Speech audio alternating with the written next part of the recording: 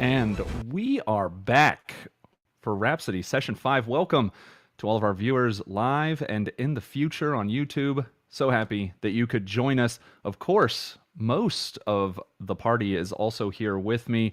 Allie, Dylan, Emily, Graham, and Tim are all hanging out. Shannon, Miss Jinxed, streaming. You can't hear or see her, but it is what it is. Allie, how are you doing? Great, except for Alex. Yeah, zero that's hit true. points right now. We will hopefully get that remedied. Good to hear it. Dylan, how are you? Doing pretty well. I'm eating a sandwich from Jersey Mike's, eating chips, and having a soda. Feels good. All right. So, Rhapsody today brought to you in part by Jersey Mike's, keeping Hannah fueled. Fantastic. Emily, how are you doing this week? I am doing all right. Thank you very much for asking. Nothing interesting going on, though. That's all right. Graham, hopefully your roof is fixed, but how is everything else going? Not even close, but everything's good. I have an architect, and he's going to draw plans to drastically change things. But hey, now it's by the books. That's right. You got a professional in there instead of faking it until you make it. Yep. I faked a lot, and building inspector didn't point things out that he probably should have, so we're in the clear. And Tim, how about you? How's the frigid north? It's thawing right now. We can once again see our roads. Phenomenal. I stumbled across a pile of snow that hadn't melted yet today while I was driving around. So we're in the same boat, still thawing out, but it's nice. All right. So, reminders, as we always have before we really did. Rhapsody is a 5th edition Dungeons & Dragons game set. Oh, I'm going to be lagging a little bit. There we go. Sorry about that. Dungeons & Dragons 5th edition game set on Earth in the future after a cataclysmic population-destroying event called the Fall, or the Falling. You can check all that information out and the setting info if you come to our Discord, !D&D, or Discord information down below in the YouTube video. Come out and hang out with us. We are sponsored by 2 groups right now, inkedgaming.com. Play your games with your style. If you love playing Dungeons & Dragons or card games or anything else, you can head on over to Inked Gaming and use the code TRS12 to get 12% off your purchase. You can get mats, dungeon bags, maps, anything you want to further your tabletop experience. .com. Play your games with your style. Our second sponsor is also Team Rankstar at teamrankstar.com. They are gracious enough to sponsor the stream, put us on their YouTube channel for our VODs. Everything we do in part thanks to them. So thank you so much. Our music during the intro, the outro, and our 15-minute break in the middle of the session is from Max Tunes at taketones.com. You can go to Max Tunes and get your free music that you can use on your streams or your YouTube videos as well. And of course, the biggest thank you goes out to Wizards of the Coast and Roll20.com. Wizards of the Coast obviously publishes all of our material that we use, and Roll20 is hosting our digital tabletop experience so that we can play from all over the Western Hemisphere, everywhere from the East Coast United States to the West Coast, all the way up into Canada and beyond. So check out all of that good stuff. You can, again, come to our Discord, and you can follow me on Twitter at MantedMan for all of the updates. Remember, after this session, we will not be playing next week. Your DM and your streamer will be on vacation in sunny Orlando, Florida. So hopefully you don't miss us too much. Get a chance to maybe catch up on stuff that you missed. Hang out in the Discord. We will talk in there, maybe sharing some pictures of our trip. We're really happy to be able to do that. Unfortunately, we have to miss the game, but we'll come back the week after that, rip roaring and ready to go. Speaking of getting ready to go, I guess let's start queuing up and get into this session. The party had returned to the garden after the first failed attempt to find salt in the sunken restaurant. They kind of split off, went their separate ways, got some healing and what have you. Darian went and bought a knife, and then the group the next morning went and returned to the restaurant. They fought the very large snake and did very well with it, actually. Shortly after the snake fight, unfortunately, though, they were searching around, found some more rats, and Alex found himself a little bit overwhelmed and is currently stabilized after nearly bleeding to death. So, all of that being said, that is exactly where we're picking up. There's no RP to catch up on or anything. We were picking up right after the combat, right after Alex has been stabilized by the doctor. You may not have heard Jeff's voice. He won't be joining us this week. He's actually at PAX, hopefully promoting our stream and our group, but if nothing else, at least having fun. So I'll be playing the part of the doctor. Kind of minimalist, but the players know not to, know not to exclude the doctor from anything. I've gotten a bunch of direction from Jeff on how to play the character. So we left off literally right after the last of the rats were finished off and Alex was stabilized. So I will actually start us off as the doctor, leaning down, checking Alex's wounds, and muttering to himself just a little bit. Yeah, these quintessence, they need to be stronger. They need to be able to support you if you're going to be able to support me. This is no good at all. And the doctor will, the doctor will get up and kind of pace around a little bit with the rest of you doing whatever you're doing.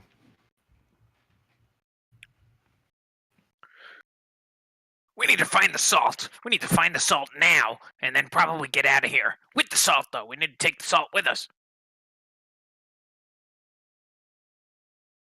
Can't you wait just a moment, November? The poor boy is dying. Well, I'm not a doctor, but the doctor's a doctor. Well, I am a doctor, but a doctor in math, and I don't think I can have an equation yet. I wonder if there is an equation. And I'm going to start drawing on the table. Yeah, maybe if I carry the... No. And he is not dying, farmer. He is fine. He might be on the ground and unconscious, but I have done my due diligence, and he will be fine as long as we make this hasty.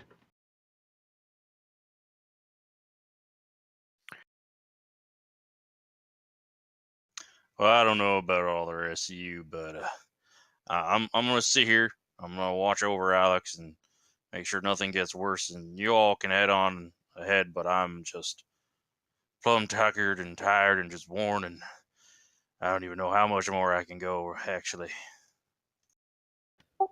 Yeah, just sit there, Darian. You did enough. Don't hesitate to shout if anything comes by. Same back to you. I'm a little bit light on the head at the moment, but I've still got a job to do to protect you. Sure you want to wait here? It smells terrible. You should smell me after about a month out in the wastelands. I do not smell much better. Hannah hands Darian her water skin. Drink. Finish it if you need to. I appreciate it. I got my own, Miss Hannah, but I certainly do appreciate it. I'm just gonna close my eyes for a moment and keep an eye out, of course, but just maybe one or.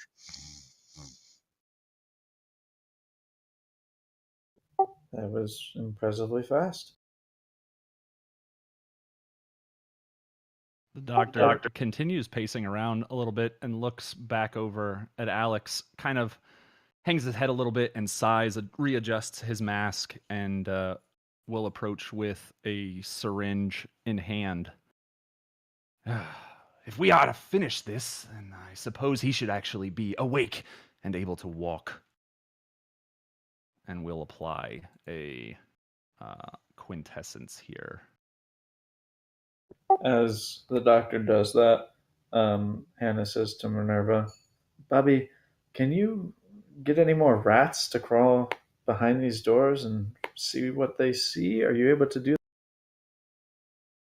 I mean, I can tell them to do it. I don't have the ability to see through their eyes. No, I'm not that. Something beyond me.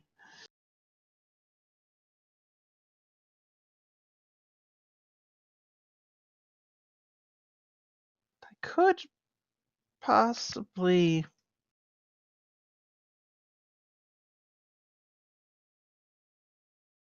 Remember what I was talking about earlier? I do. I thought you had wanted to wait for later. Well, if it'd be useful, I could try it now. Uh, Alex, how are you? uh.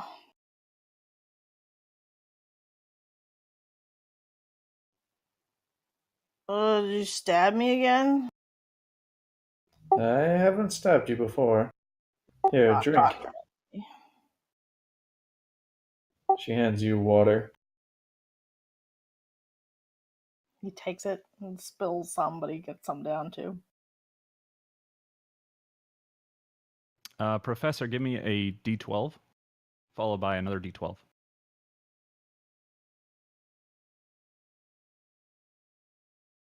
I found the dice macro in the top left corner. It's fucking awesome. Yes. The, Yes. like, Oh, hey, auto rolling whoa. dice thing. I've never used it before until last session, and I love it. That's new. When did they add that? It's wicked Very fast. It's underneath the ruler. Oh, yeah. Look at that. Look at that. Saves a whole lot of time. And you Thanks, could do Roll like 20. whisper it to the GM, or you could do the double brackets so it shows up in the little boxes. I don't know what Oh. exclamation point means though. What is exclamation point P? Private, maybe?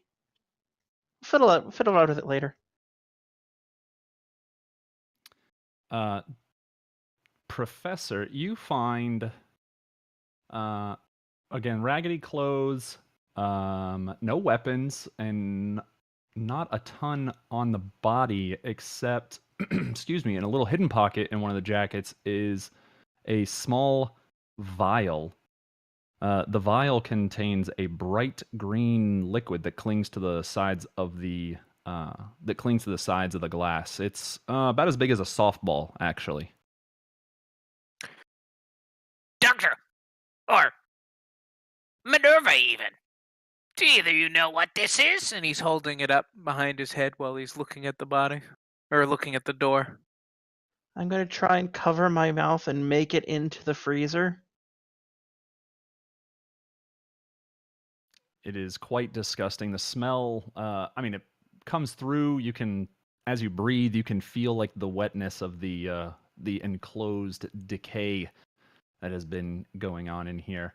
But you do indeed see Professor holding up this softball-sized decanter, essentially, of green sludge.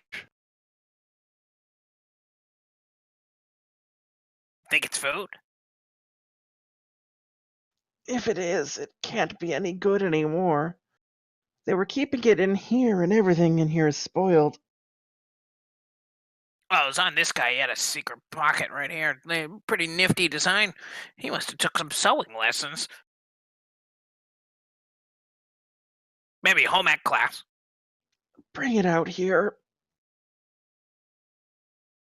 There's a door over there, by the way. There's a door over here. That actually on that side is not a door. It looks like Oh. a hole that has been stopped up. It's a hole that's actually punched in the freezer wall and has been stuffed full of like debris and things like that. It's probably where the rats have been coming through. And it was potentially large enough for a person to go through before it was plugged up. Hannah, you can indeed see underneath more than enough room to be able to see. Let's reveal that. So there is a bunch of shelves, pretty dusty and barren, and then a pile of what looks like trash, maybe a nest, in the center.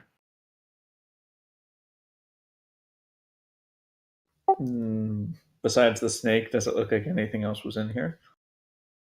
Human-wise? Hard to tell. Okay. Looks like the snake's nest was through here. I'm gonna try and open this since the thing's dead. All right, be careful. Oh well, Alex, stand back. I appreciate it, but I'm surprised you're standing. I got you. Whatever shit that doctor shot me up with is good stuff. She looks at you dubiously, but shrug.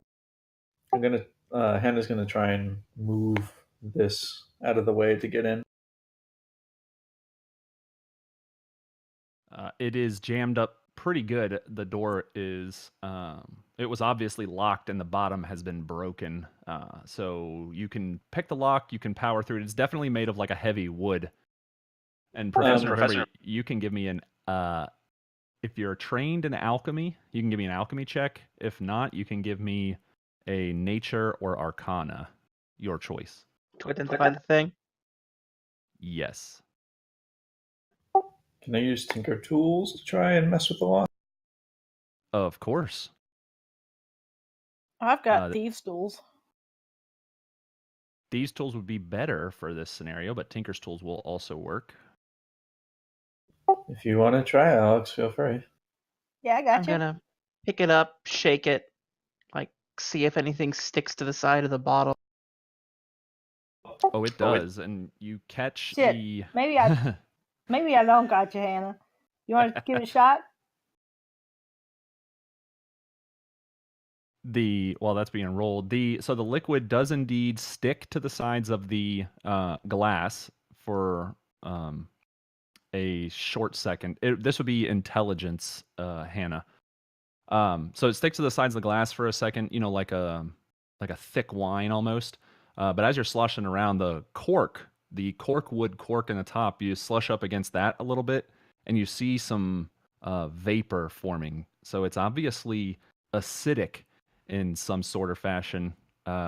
With your nature check, you're pretty versed in a lot of like organic acids and things like that. You've probably broken down animals in the past. So you pop it open, and the smell hits you very quickly. It is a sulfur-based acid, but it's slimy rather than that thin run that you would see in regular acid. Mechanically, this is a acid slime bomb. It can be poured or thrown. If it is poured, it covers a 5-foot square area of your choosing, and you can kind of control where it goes. If you throw it, it covers a 5-foot square splash area. Anything that's caught in it must make a dexterity save of DC 10. And anything organic that touches it takes 1d10 acid damage. Anything that is captured, that is hit by it, takes 2d10 halved on the save. For reference, you can put in acid slime 105 is the name, and it's acid slime from page 100. We can pull the stats together maybe during our break, and I can give you all that information on what it actually does. I certainly wouldn't drink that if I were you. It would be more useful throwing on someone you very much don't like. See the way it's eating at the cork there? Ah, you have great eyes for someone with such thick glasses. Are your glasses thick, or am I just making that up? No, they're thick. They're very scuffed too. Yeah. Are you nearsighted or far? Oh, nearsighted, very much so. Yeah, reading with dim light is what does it to you. Or so my optometrist friend once said. He's dead. So is mine. Yep. What you got down here, Hannah? So as you come around, the area is bathed in more light between yourself and Alex. There is no signs of human attention, at least recent. Moving from back to front, the back of the room looks like it has also been blown out. This looks like it was done by an explosive charge, and there's a bunch of shelves that have been like stacked and piled in front of it relatively hastily. Even some large holes that the snake probably could have easily fit through to come into the building. The shelves on either side are barren, just some dust and like random like cellophane wrappers, maybe some plastic, old tinfoil, things like that. But in the center is this pile of garbage, nearly 5 feet tall. but very well worn in the center, obviously where the snake has been sleeping and stockpiling leftovers. There you can see bones and things like that. There's also some destroyed food packaging and things of that nature as well. But this is quite a massive pile of garbage that you have stumbled across. That's a lot. Jesus, that's nasty. Oh, You think the snake had the salt? Go look. What November are you scared to look? No, just let's go look. Gotta find the salt and then get out of here. I'm gonna look from on top of this table. Hannah's fine just putting her arms into this disgusting and trying to see what she finds. So it is it is quite warm as you start digging through it. Obviously from the like decay of organic matter and things like that. So you're digging through. Go ahead and you did give me an investigation check. Thank you. Go ahead and roll a d10 for me. So you find yourself a half-eaten bag of rice, or half-consumed bag of rice. It's open, like burlap, but there is still a bunch of rice in it. It seems relatively fresh since it is a grain, obviously. And you continue digging through. Go ahead and give me one more d10. Alex, you can give me one as well, since you're also digging.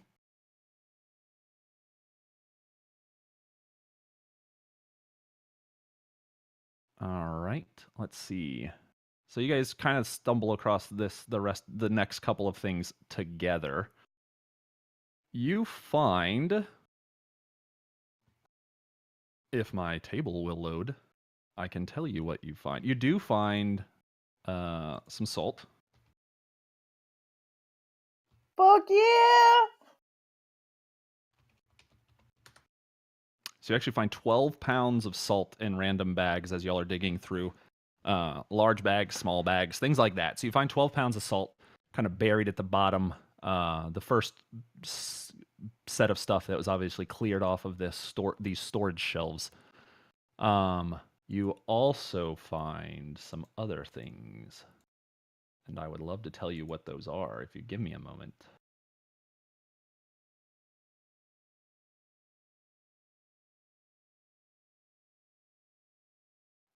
Here, Hannah, that shit's heavy. Let me carry that. Let's see. I would say Alex took the brunt of the combat toward the end. Alex, give me a D100. Ooh, the D100. I That's mean, the lower best. can be better. Lower can be better. Oh yeah, these are all. I mean, everything is good. This is all kind of randomized. We got a 19 here.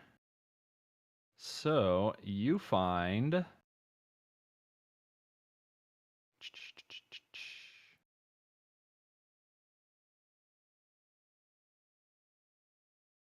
So you find 7 sets of diningware that was obviously stored back here as y'all are digging through. So you spread out like the garbage, you're, elbows deep in it, and you find these worn, rotted leather cases. But as you open these cases up, it's like formal diningware used for probably special guests and things like that. Maybe in that secluded room that you found when you were journeying through the restaurant itself.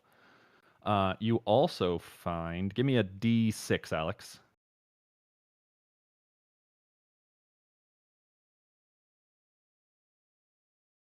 A 3.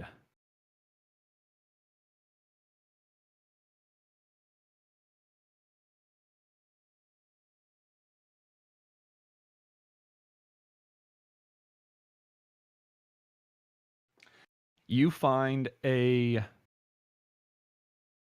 torch, and when I say torch, I mean flashlight. This is a crank flashlight, so no batteries required. It's quite large, the size of like a billy club, so maybe a foot long, and about as big around as like a tennis ball, so like 3 inches around. And you crank the back end of it, and it will run for an hour with just like a minute's worth of cranking on it, and the charge will hold essentially indefinitely. So this is, for all intents and purposes, statted like a regular torch, except it does not emit heat. It emits light only. So permanent torch. No direction to it. It's like no cone. It's just a solid circle. Yeah, it's like a camping torch, like a lantern. Ah, I get it. The top of it cranks and it sheds light in all directions. Cool. Alex- That is.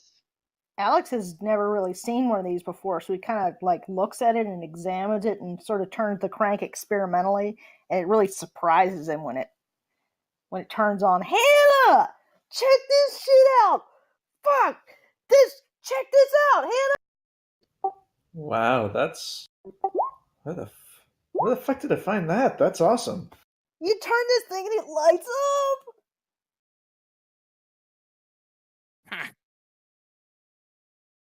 Dig a little deeper into that pile of trash. Yo, See what Doc, else you check pull this out. shit out. And he's gonna go show everybody. I must look. Minerva, check this shit out. You crank this thing and it lights up. It's a fucking flashlight. Huh? Try it. What? Darian, I found this thing there's this fucking snake nest in there. It had this flashlight in its nest. So here, crank this thing. Watch, crank it. And he holds it out to Darian. Right here. How are you standing, Alex? The doctor, crank this thing. Watch this. Alright. Okay. And I'll twist it, I guess. It lights up! Isn't that this the shit, dude? That's real good, Alex. That's real good. Help a lot for sure. We used to have one of those at the farm. It is very, very handy. Yes, quite good indeed. I heard you found the salt. Why are we still standing here?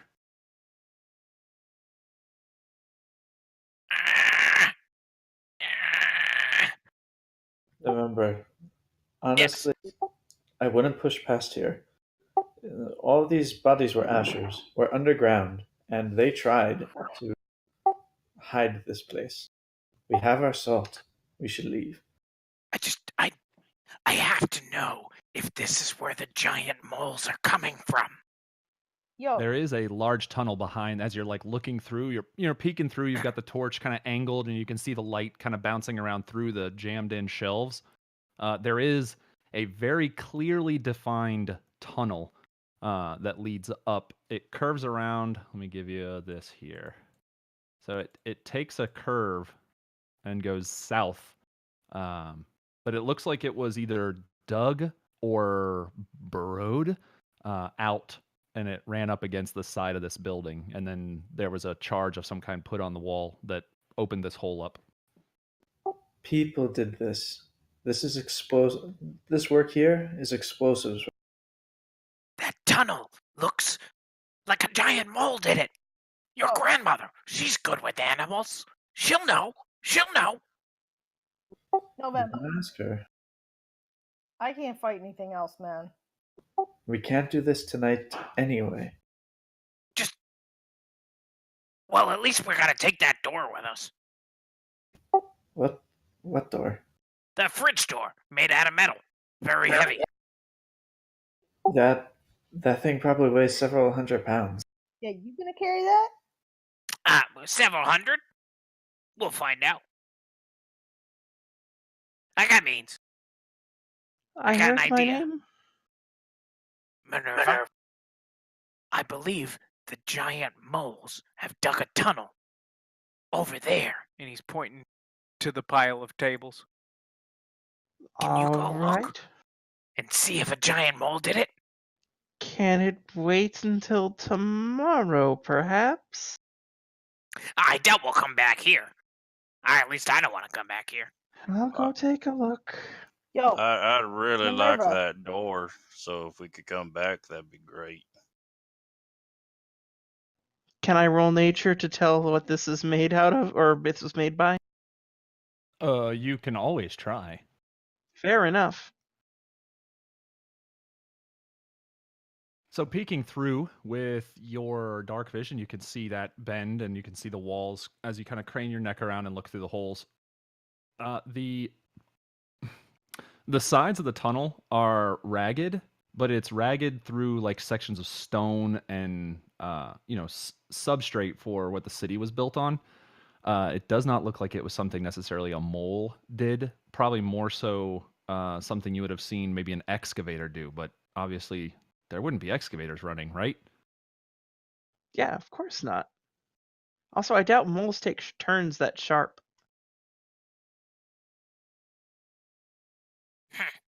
No, that was not a mole. Well, Unless these giant moles have built excavators. Yo, guys, we gotta get out of here before anything else attacks us. One thing to note, we have to be careful as we go back. We have a lot of very, very valuable with us. Darian, I'm gonna need your brute strength to help me, pilot the door. And he I- says it with a wink. And I will need your brain to realize, and I lift up my shirt, that I am bleeding out halfway through here. So guiding the door is a little bit past my forte currently at the moment. I'll take care of it. Don't even worry about it. And where is the door? Is it here? It was knocked off. Give me a second and I can grab it for you. It's like on the ground right there. Okay. Is it greater or lesser than 500 pounds? Lesser. I am going to try to make it float with Tensor's floating disk. Let's read these stats. Blah blah blah. Circular, horizontal plane of force. Blah blah blah. So I'm assuming you're trying to put it under the door. Yeah, I'm trying to see if I can convince someone. See, Darian, I just need you to shift it onto the platform. There you go. Yeah, so you can't create it under the door, but you can make it right next to it. Or if Darian were to lift it up like diagonal, you could put it underneath and then he could drop it back down onto it. But you have to be able to see the point that you're casting the disc. All right. Just shift it a little bit. Yeah, I'm just gonna have to do this one more time today. This November. hurt a lot. November. Yes. Where are you going to sell that? I'd actually like to make something to protect either me or Alex a bit more out of it if we could. I couldn't who says smelt that? that in one piece. I'm not even sure who I would sell that to. Yo, all It's a right, good door. I'll pull the door. Darian, you walk. The door is very valuable, but where are we putting it? Are you going to sell it as soon as we get back to the garden? Are you housing it somewhere? We can put it in my shack.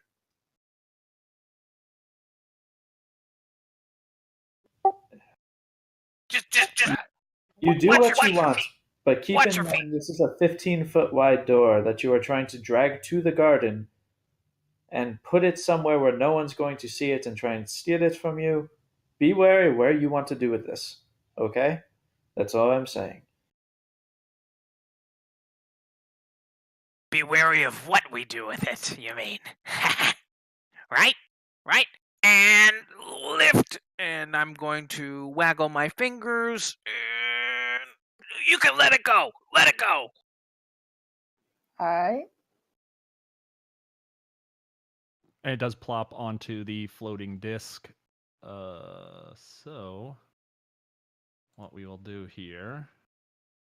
Now, I think one of you is going to have to stay on one side of it so that we can, I'll be carrying the weight of it. I just need you to help shift it. kind of like a moving cart.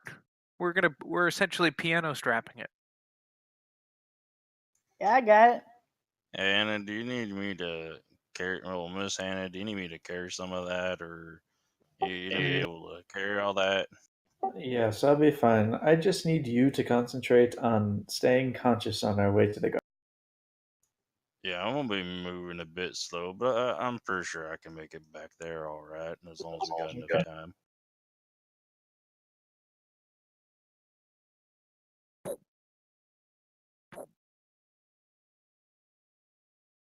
Just keep it steady, Alex. That's a boy.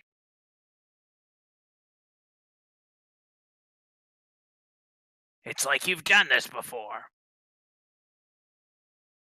Yeah, I moved shit before.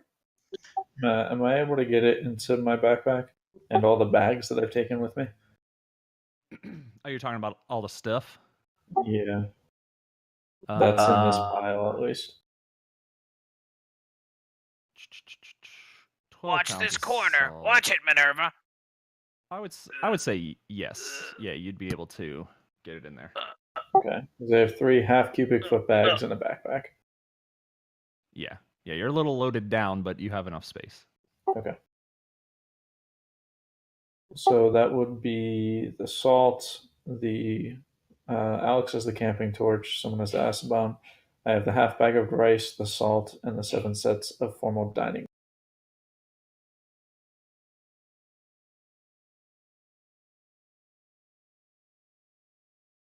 Come on now, let's get that salt and get home. Johanna, if you're too loaded down, I can take some shit from you.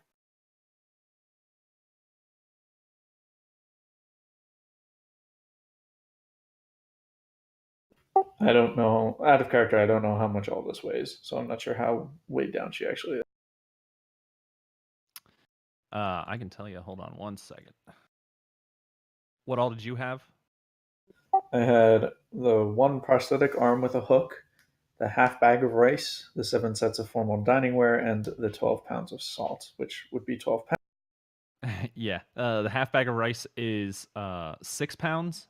So that's 18. The other stuff, let's just call it an even 20 pounds. How much is my jar of acid? The jar of acid is a half pound,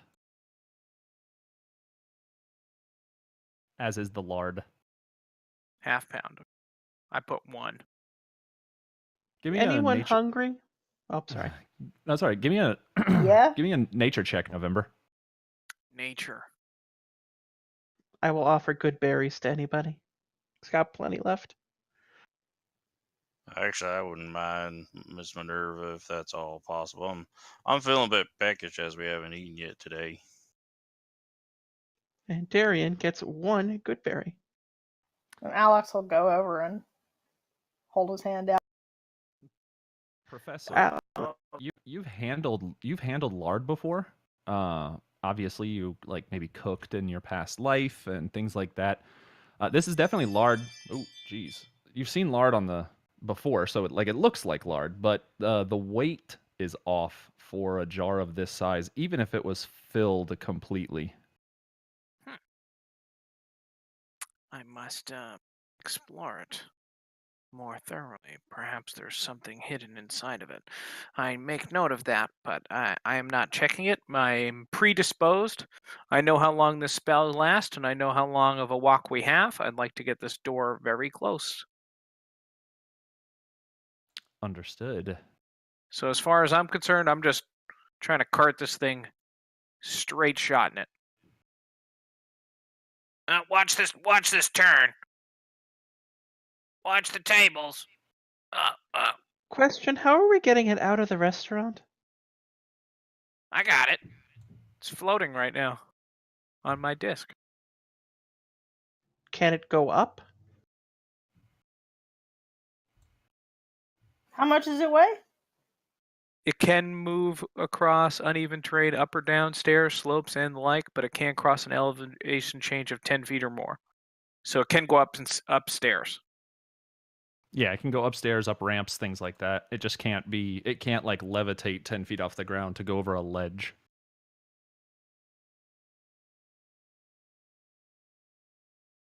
Tensor floating disc, an awesome spell for a UFO wizard.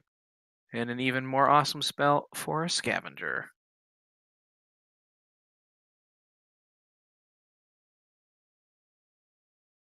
I'm just doing one thing here. Oh, watch out, Hannah. The door's. As, Ugh. as Hannah goes up, she's going up slowly, quietly, and listening for anything outside. And as she peeks her head up, she's looking to see if anyone's.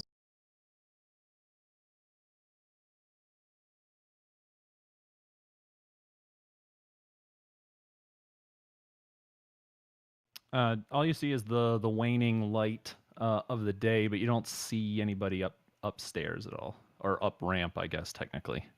About how much time do we think we have till nightfall?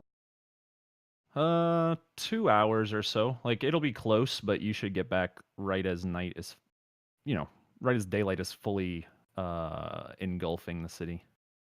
Okay.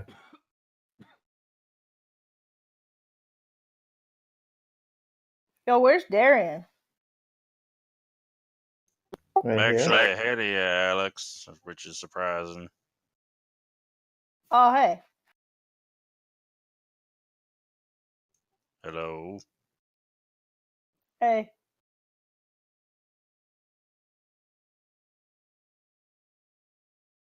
So you make your trek up to the surface, and we'll do, let's see, boop. Oh, I probably should give you your door, Professor. Yeah. Let's see here. Copy. Make sure you can move that. I can. Not that it will matter too much, but. All right, so there's a little breeze, and it's getting a little cooler as the sun is setting. You all are getting ready to make your way. Go ahead and put yourselves like kind of where you would travel on the streets if you were going from left to right on this map. On that main street, left to right.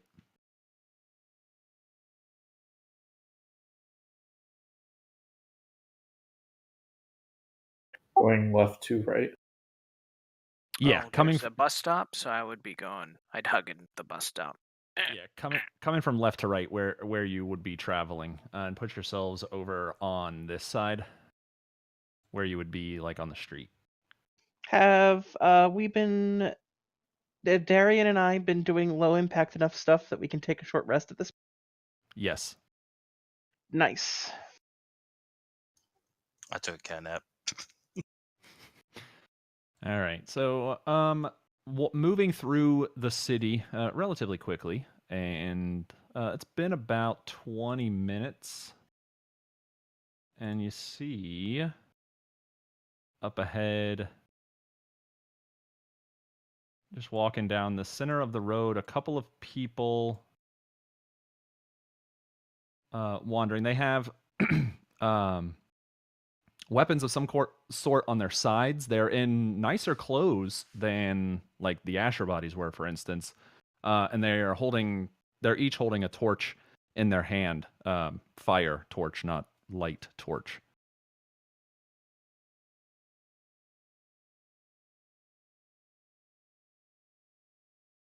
Don't let them bully you.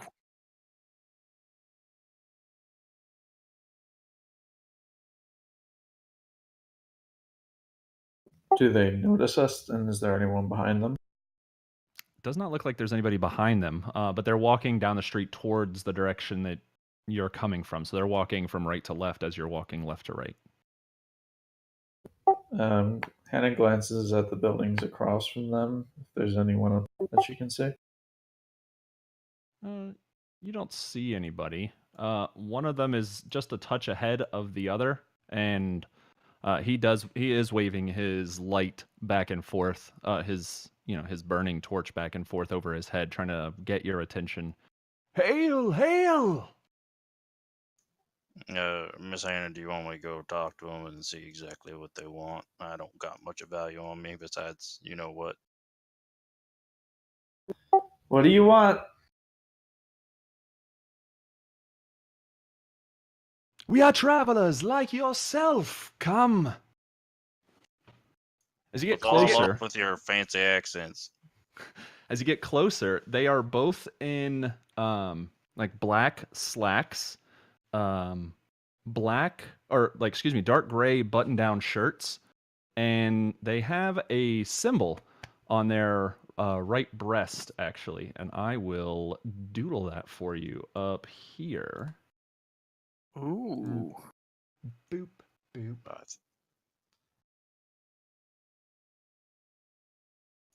In Darian's research for a certain someone, would he have seen the symbol before? Yes, most of you have seen this symbol before, especially if you are scavengers. So it is a V with a halo around the top of the V. It is the symbol for the World Church of Victory. The Church of the Word of Victory. Apologies, that was its previous iteration. So the Church of the Word of Victory. That is their symbol on the shirts. And these are very clean clothes. As you get closer, you can see the weapons on their sides. They look like they're probably heavy riot batons. Their shirts almost look like they're pressed. Their pants, very nice as well. They're wearing like heavy boots, and you can see under the shirts they're probably wearing body armor of some kind.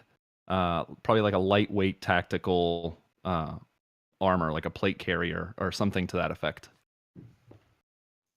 Darian starts to rub his eyes. Oh God, this is all we need at the end of the day. Be polite for now.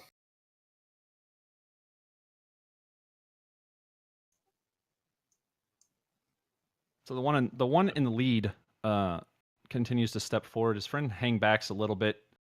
Neither one of them are touching their weapons. They're both just holding their torch, their torches up. But he extends an open hand, just in like a single wave motion, not back and forth, just like kind of out in front of him. Hail, friends! You wander the city, lost, alone except for your own company. Come with us.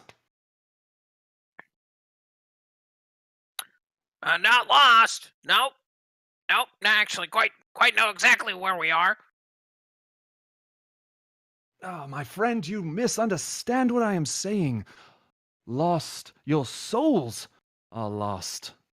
I do not expect that you are lost, but we have found you. We can help you. I'm pretty good. I know pretty much exactly where it is. And he kind of lifts up his shirt and see you go right through the belly button. I'm pretty sure it's right near there. Minerva will snort. The speaker kind of grimaces a little bit. I understand the need to cut your situation with humor, but mocking salvation is not the path of righteousness. No, Hey, no. So, we're pretty busy right now. Could we come back and talk to y'all later? You got like a pamphlet or something? Yeah. A what? A piece of paper with all their info on it, like the whole spiel. Yeah, shit like thing. that. I mean, stuff like that, sir. Where do you hail from, friends? Where are you headed if it is not with us? Surely you do not live in these wastes. And his face goes to a very deep grimace, very condescending talk of the town, obviously. Well, We I'm do from all right. Harlem. It's uptown. Where did you say? Sorry. Harlem? Uptown? The Vale of Harlem. I have not met travelers this far south, especially this close to dark. I beckon you a warm meal, a shower even, something none of you seem to have seen in a long time, a comfortable bed. I'm like the perfect amount of stank right now. I can almost smell myself, but not to the point where everybody else can smell me. I appreciate your charitable outlook, but there are people who are more in need of it than us, and you should give to them.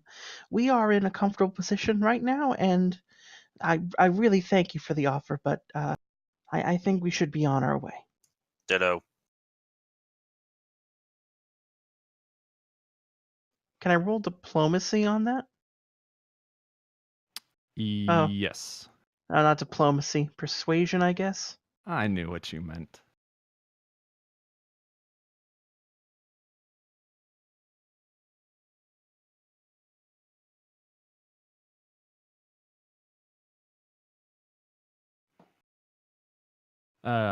Give me a perception, Hannah.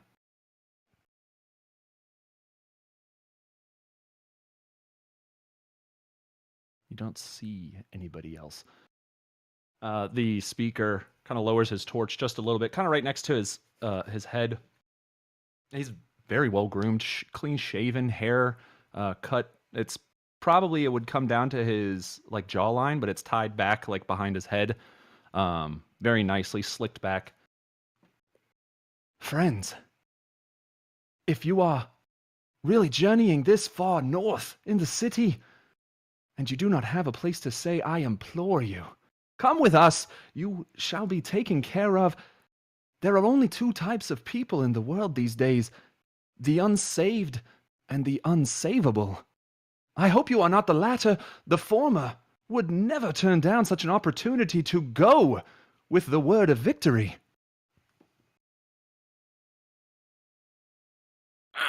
Is the sun getting close to, like, is it like getting dark out or what? Oh yeah, it is. It's probably 90 minutes to dark, and you have about an hour left to travel. I would really love to we talk really more. don't. Yeah. No, go ahead, Darian. No, I'm just saying we got a time and a place to be. I am late for whatever day mass this is today. I would love to talk more. Do you need donations or any type of thing to keep your shiny shirts all shiny? I really got places to be. I can offer you food. I can offer you. I don't have salvation, but I can offer you anything else. We really need to get back into town. See, Professor November over here has a kid at home. Give me a persuasion followed by a deception. Your persuasion will be at advantage.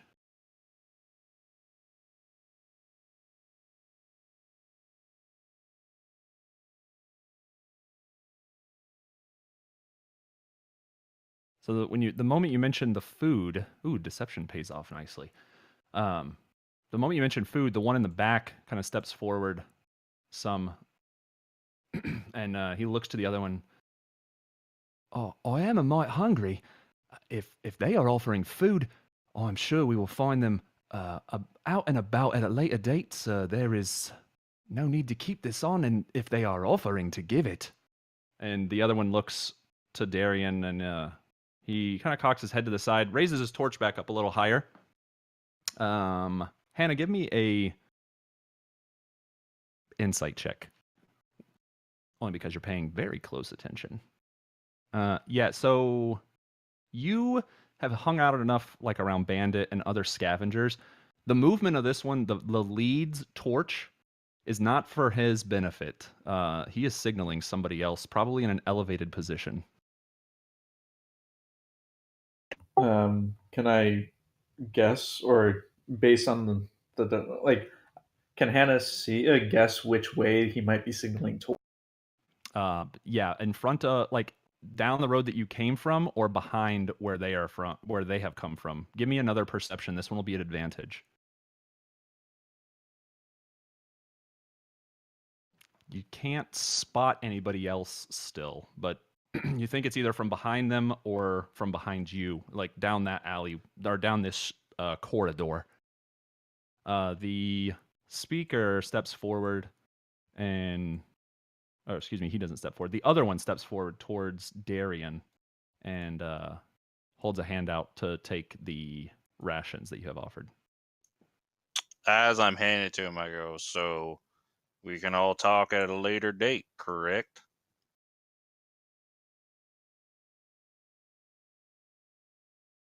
The other one in the back keeps his torch high and just kind of cocks his head again to the side. He lowers it a little bit.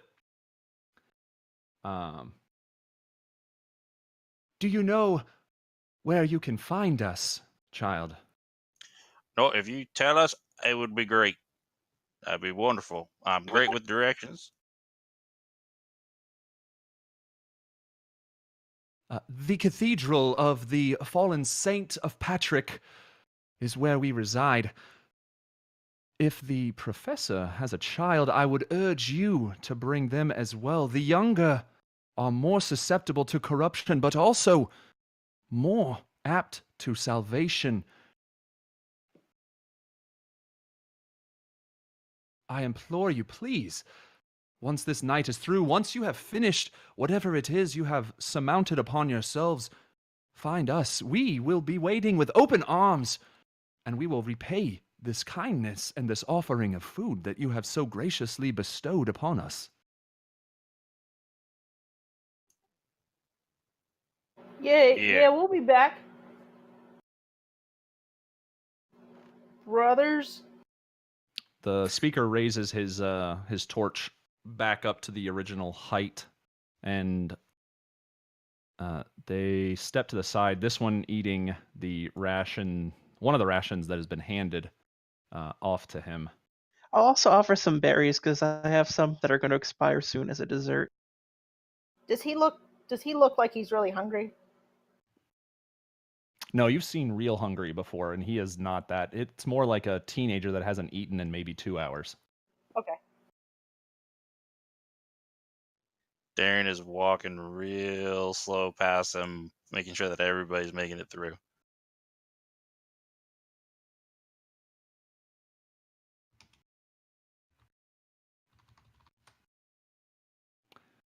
So you're able to pass, and they watch you.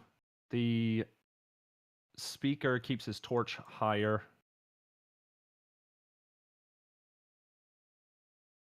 Hannah, go ahead and give me one more perception.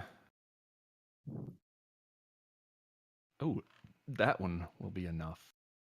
So you see off in the distance, let me give you this. You can see that arrow, correct? Yeah.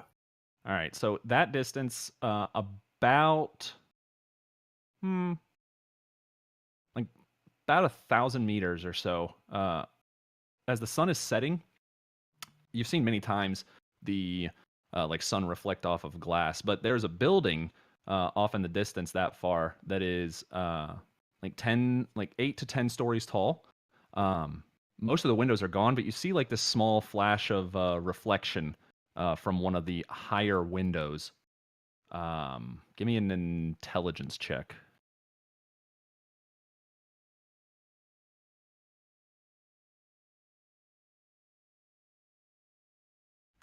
Can't place necessarily what it would be off the cuff. You can probably put it together in your head at that distance. Hannah would know what is effective at that distance.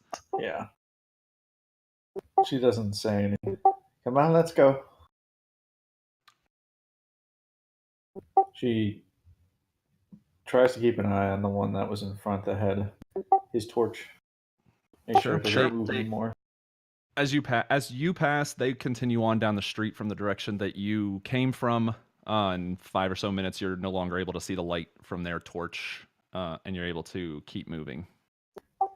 I'm pretty sure they had a sniper in a nearby building. What?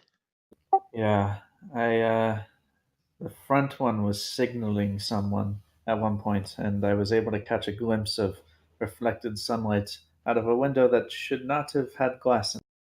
The only thought I can think of is a rifle. Next time, I'll put out their torches. Mm, No, they were treating us with kindness and respect. The sniper probably was someone unaffiliated. She gives Minerva a flat look, but doesn't say anything or even responds They facially. were walking down the street. How would they be able to time meeting us there? I don't know, Bobby.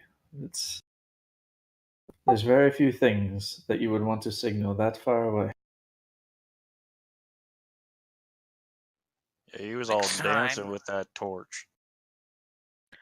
Next time, I'll find out exactly what he's thinking. Now, come on. We got some salt to deliver.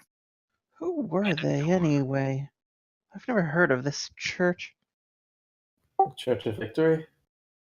Unless you've brought it up before and I haven't noticed. I've probably mentioned them once or twice. They believe something about the falling was a very religious type believes that the falling cleansed the world of the unsavory or some such nonsense. Nonsense. And honestly, Hmm. they have a stick up their butt so high that they believe that everybody with a deformity or some type of something wrong with them, they just feel they should just be tossed away and destroyed in the streets unless they join their goddamn church. Fuck that, yo. Fuck Seen that enough of that. indeed, Alex. Seen enough of that before the falling. I hope it would have ended with that. People did this shit before? Worse. Thought it was supposed to be all bad now. Well, let's talk about more pleasant things like now that we have the Food. salt and Minerva, you have poop, and Hannah, you have the ability to make a box. Manure. Manure. Yes. So the salt we trade in the 1,000 and split it evenly amongst us. The rest of this, we should talk about how we are going to get value out of it. That skin that we got from the snake that you are holding there, it is very costly. It could net us around 500 or so, if I'm guessing right. The other stuff, altogether, the dining ware, we have to figure out how we want to split this up.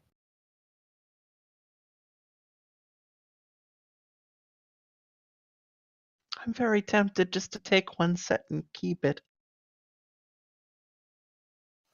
I don't even can somebody do the math? Like how to split it up? You want me to do the math? The Yeah. professor knows math. However, I would like to offer to take the knives if they are complete sets. You understand, silver is very unreactive. Fine dining, probably at least plated in silver. The knives would be very good for my experiments. Matt, how much would Hannah guess that the formal dining ware could go for? Give me an intelligence check. You might be able to get, if it's solid silver, it's worth a lot. Probably worth just like breaking down and using to trade as like silver coins. If it is just plated, it might be worth like $50 a set. Maybe.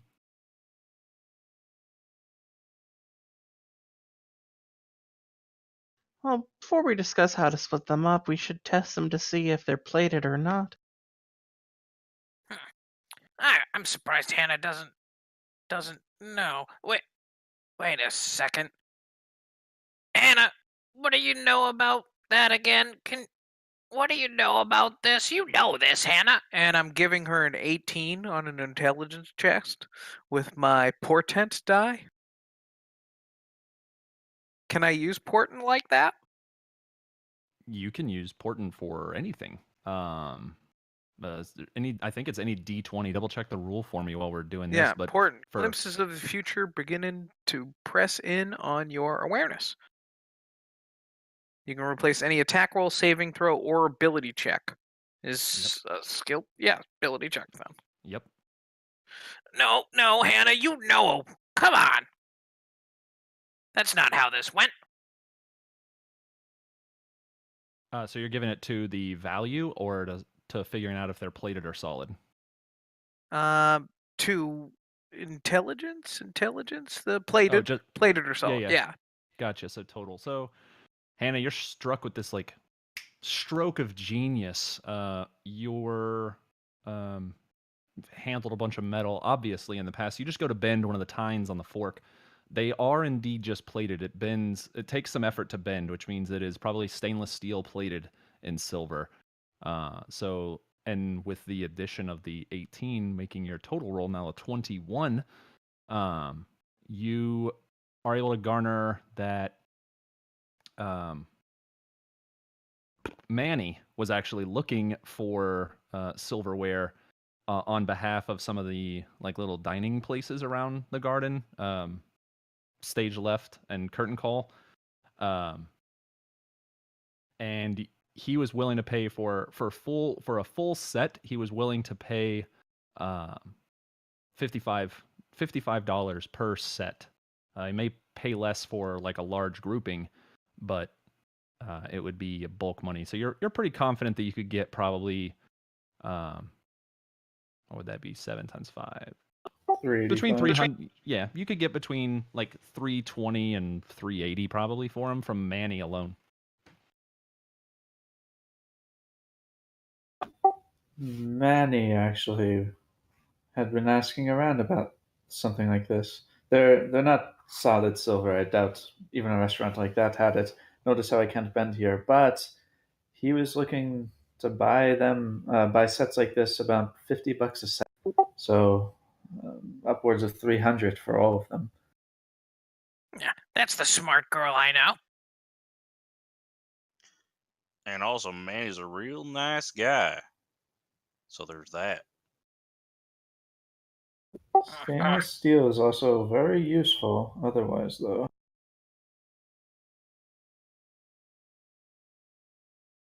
Yeah, with some work, you feel like you could probably pull the plating off and get some value out of that silver, and then the steel would be quite valuable for you. Well, you all want to figure it out. I know tomorrow I would like just a day to recuperate, relax, patch up some of these giant holes in my torso and legs. Because Yeah. I'm plumb ticking tired. That sounds fucking awesome, man. Real quick, Matt, the torch lamp. How do I have any idea how much that could sell for? 1 second, I could tell you what it would be worth if you could pry it from Alex's hands.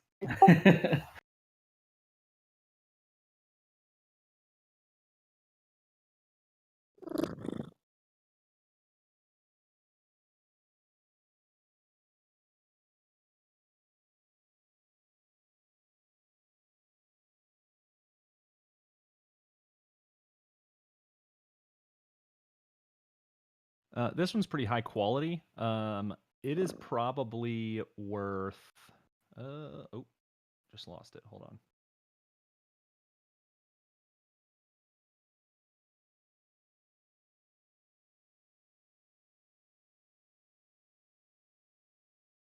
on. Yeah, so this is pretty high quality. It's probably worth somewhere from like 300 to $500. 3 to 5 gold in D&D terms. But yeah, $300 to $500 is probably what this lamp is worth alone. LED, wide range, and essentially unlimited battery life is a strong commodity. Yeah, let's rest tonight. We'll talk about it all tomorrow on how we're splitting this and what we're selling and what people want. Alex, do you want me to hold on to that? Are you comfortable sleeping with that in the washways? Shit. Yeah. I owe you dinner, Yeah, I guess you can Alex, keep tonight. it. What'd you say, bud? I owe you dinner tonight because you really helped me out over here today. And if you want, you can crash at my place. There ain't much room, but, it's a roof. Yeah. Yeah. All right, yeah, bud. I owe you a beer, man. I have a question about the rice. Is it whole grain or is it just like shelled already? I don't know enough about rice, but it's the kind of rice that you would pull out of the bag and throw straight into the pot to boil. So shelled, I guess. Okay.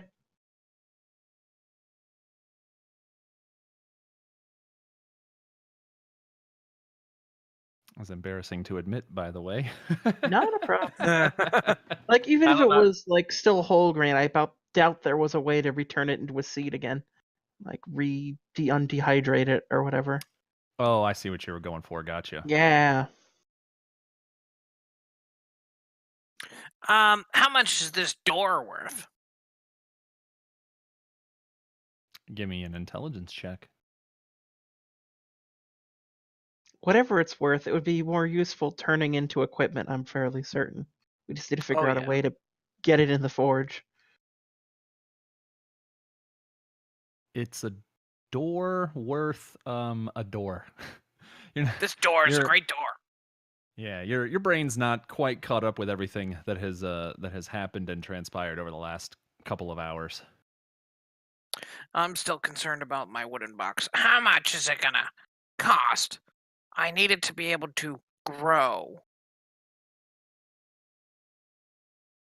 mushrooms.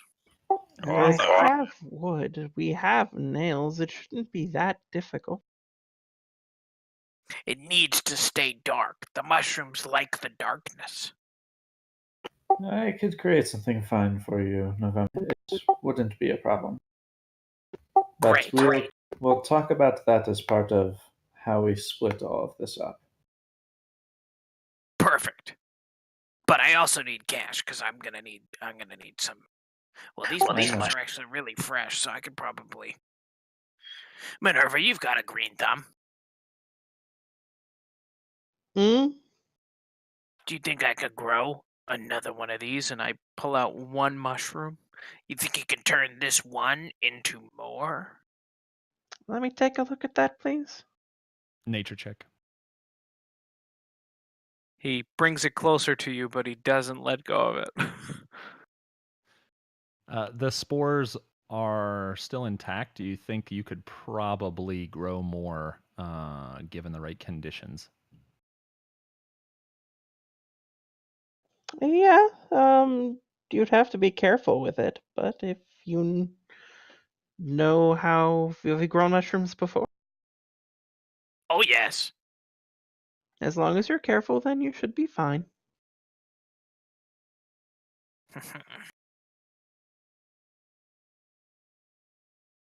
How close are we back to the garden? I was just going to say that pending any other RP, you can arrive at the garden at your leisure.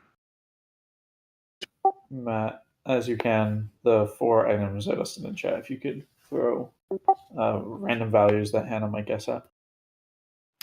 If the jar of lard is actually a jar of lard, the jar is probably worth more than the lard, $5-10 total. Pocket Bible, it's in pretty solid condition, probably also like maybe $20 at the most. Hold on one second. Had to sneeze, didn't want to do it into an open mic. The God bless you. rice, thank you. The rice is worth whatever two rations are worth. I don't know off the 3 top of my pounds head. of rice. Yeah. It's a ration. Yikes. And the acid bomb, never seen anything like it. No clue. Thank you. At the very least, I'm sure the doctor can use it in some of his concoctions. Well, I don't have direct use of an acid. I am sure that I could make use of it, if nothing else.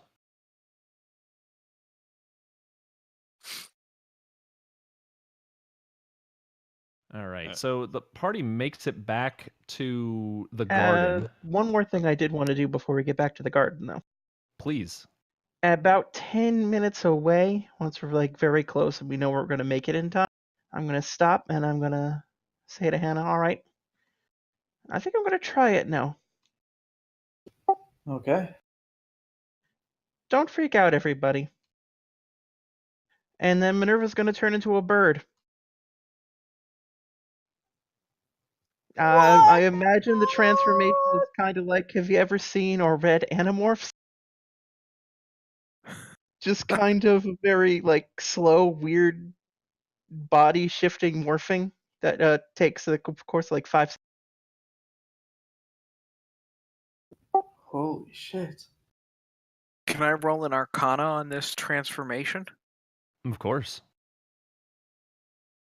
Whoa. So you have heard kind of ramblings from other people when you've been out at bars and things like that of other people who've been able to like change their form. It's not uncommon. You've heard Whoa, dagger. of Sorry. whoops.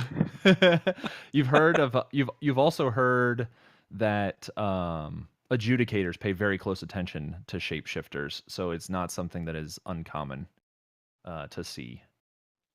I'm super tired. I'm gonna walk inside. I'm starting to see things. I need to get some food and some drinks and some sleep because I swear to God, Minerva just turned into a bird.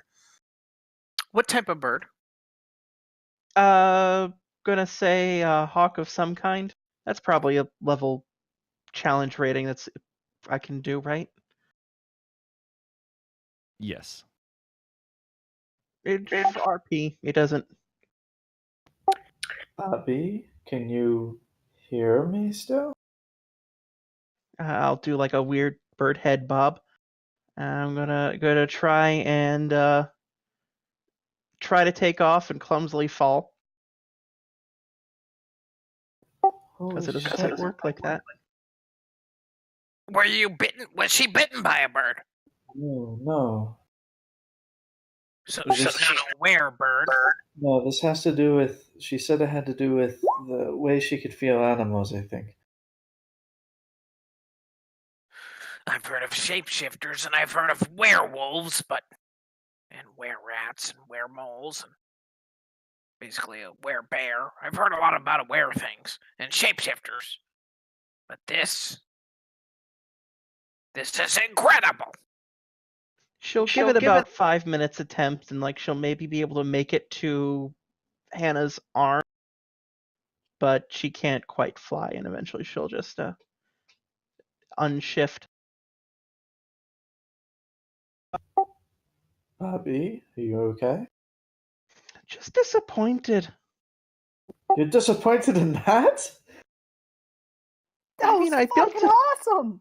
I built it up in my head as something that'd be much more. I don't know. I wanted to fly. You came close. It'll require some more practice, I guess. We'll have to come out more often. I don't want to do that in the garden. It's probably a good idea, I know. Oh, holy shit, Bobby! We should certainly invest in finding those parachutes. Me and Darian have already been on the lookout for that. That was amazing, she says as she gives you a hug. She'll hug you back and ruffle your head or your hair. You turned into a hawk! Could probably turn into other things too. That's so cool! I mean, yes, but it's not the weirdest thing I've seen since the falling. I appreciate your enthusiasm, though. She's trying not to make a big deal of it, but it's obviously a big deal to her, but she doesn't like making a big deal of herself. This is so cool! Oh my god! How many? Do you feel you could do it again? No, not today. I don't think I could if I wanted to. Holy shit, that was so cool! Congrats, Buffy! You turned into a bird! A hawk, too! It very suits you. Can you find If you out say how so. long you can stay a bird? And then So- I can write it down and create the equation, because this is an interesting new development. You're welcome to come anytime I practice. The doctor kind of lifts his mask just a little bit. I wonder if you were to change back into a bird and we were to remove your feathers and then you changed back into a woman, what would happen? What That the sounds hell painful. is wrong with you? Yeah, No, you can just not honest- do that, bud. And Alex is kind of going to get up in his face a little bit. She'll think about it, because, I mean, a nice down pillow would be fantastic. Can you turn into other animals? Could you turn into a sheep? It seems Oh, this you one, see? he like the doctor pokes Alex in the chest a little bit and distances himself with like a step back at the same time. It seems this one has forgotten not only that he can change into a dog, but who saved his life.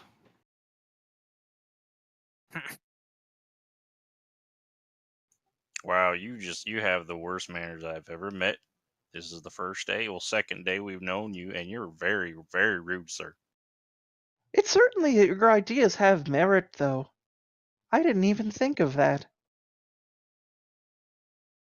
But we should get back to the garden before it closes. Yeah. They're Yes, closing his the gates. ideas have always had merit.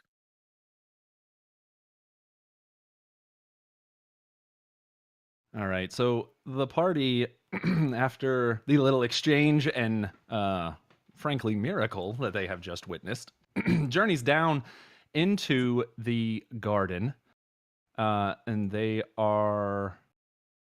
Darian knows that if you're going on, well, anybody who's a scavenger, but definitely Darian, knows that if you go out on mission of any kind that is sanctioned by the garden, presenting the goods to the gate guards is how you would collect or be taken to the place where you can collect rewards. Before we talk to the gate guards, normally we don't do this until a bit later, but there's some outside circumstances. We're gonna go ahead and take a break before the RP with getting money and things like that. It is 35 after the hour. I will probably be back. Well, actually, I'm going to take the full 15 minutes. So 10 till is when we will return. So stretch your legs, take your break, all that good stuff. If you're watching live or on YouTube, you can come back in 15 minutes. On YouTube, obviously, you can fast forward. Enjoy, though, if you're sticking around, enjoy the soothing sounds of Max Tune, thanks exclusively to taketones.com during our break. And we'll see you back here in 15 minutes.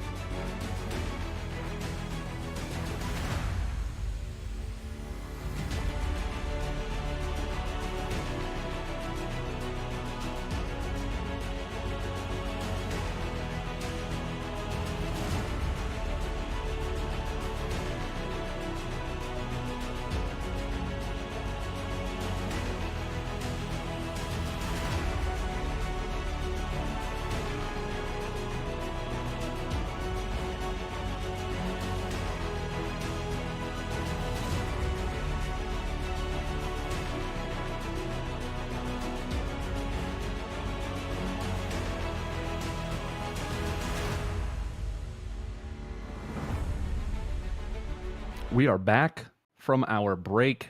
Welcome, viewers. Welcome back, players. Hopefully, you were able to get a little bit of food, maybe go to the bathroom, anything like that. Before we get started, I have a couple things we have to go over all the time for different reasons. First of all, this is Rhapsody, Session 5, Salt of the Earth, Part 5.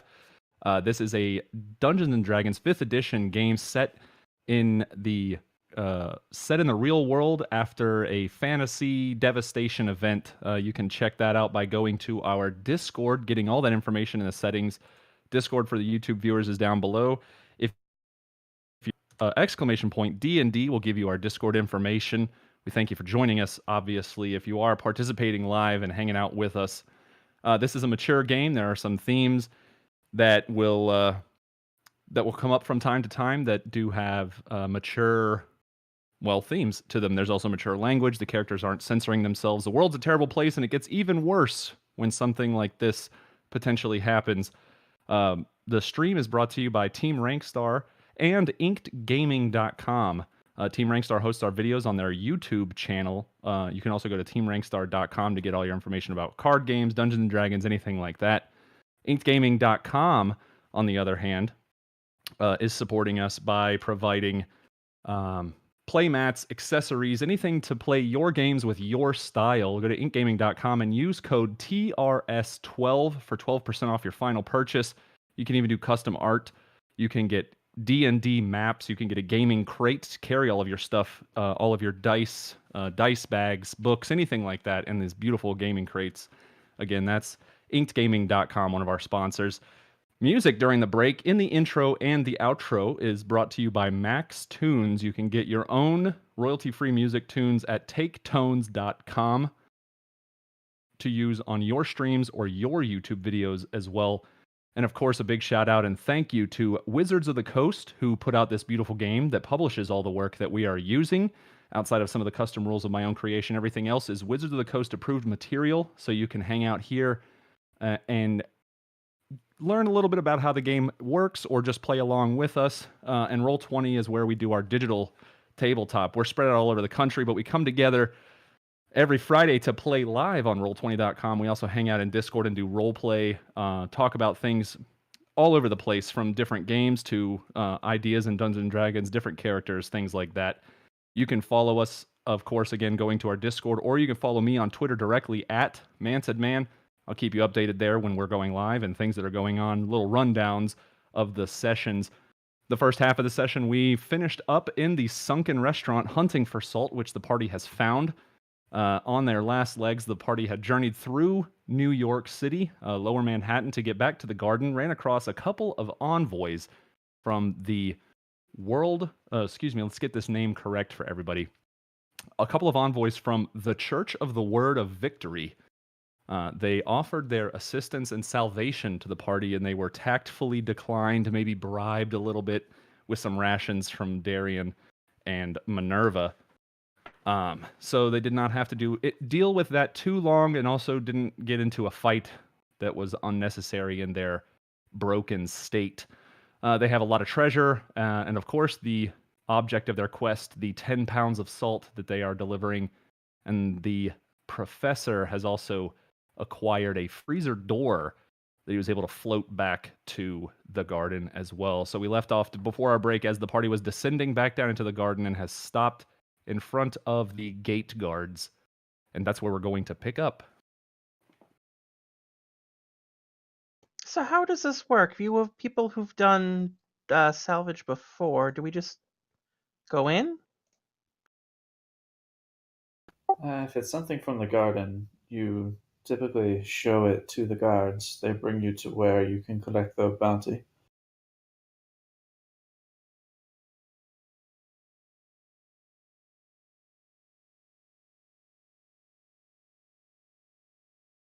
All right. Well, who's gonna show? Who's gonna take point talking to the guards? Well, I have all of it on me, so Hannah will walk up to the guards. Any news? News is the gates are coming down shortly. You've made it just in time. He looks at a non-existent watch on his wrist. 10, 15 minutes if you have anything else you want to do outside of the garden. No, I am glad to go in. The garden had a bounty for salt that we've gotten for it. Who can we take this to? She'll show one of the bags that she has. So the guard pulls out a little leather-bound notebook and unwraps it and flips through a couple of dog-eared pages and scrolls his finger down. Yeah. 10 pounds of salt. And he looks at the sample bag essentially that you have produced.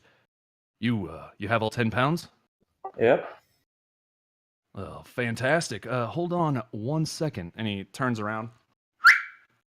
And a little younger boy comes up, has the little metal badge of a guard, but just in regular clothes instead of the like olive drab or camo that a lot of the other ones are wearing. He runs up and kind of looks longingly at the guard who has whistled for him, and the guy kind of kneels down. Boy, go get the cart. We've got some more stuff that has come back in. We'll get these fine folks paid. As he turns back up to you and stands up. And he pulls out a bag and starts counting out coins, like silver coins. And the boy returns not 2 minutes later, pulling behind him like a rickshaw cart. So just a wooden cart with some wagon wheels on it. Looks like it's been hacked together pretty shoddily, but it does look very strong. And it's got a bunch of other stuff piled into it. Some scrap metal here and there, some large bottles that you can't see into, a bunch of different stuff. And the guard just kind of motions to you to put the salt in that cart.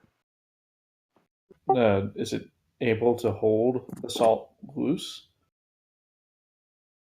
No, you'd have to keep it in the bags. Do you have a container? These were my bags that we put this into. Oh, sorry. When you found the salt, it was in 2-pound bags. So you've got six 2-pound bags. They're paper bags. Is it obvious that... Oh, they're paper bags. Okay, she doesn't give a shit about that then. Yeah, she'll put the 10 pounds. So when you finish getting those loaded on, he just like slides one of them towards him and pulls out just a little like a Swiss Army knife and just cuts the top, dips a finger in and rubs it on his tongue. Whew. Yeah, that's salt all right. And he counts out the 1,000 gold or the $1,000 in silver coins, which would be 100 silver coins, and holds them out in just a clutched fist, waiting for you to hold a hand out. When you do, he drops all of them in your hands. Sorry, could you repeat that? You broke up for me. I heard the 100 coins in that. Yeah, he tests the salt and then pays you your 100 silver coins, which is $1,000. Okay. Good doing business with the garden.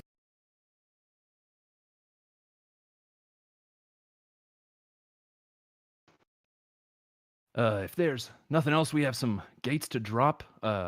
Congratulations on getting this taken care of, and be safe inside or out. You too. And she'll walk past them.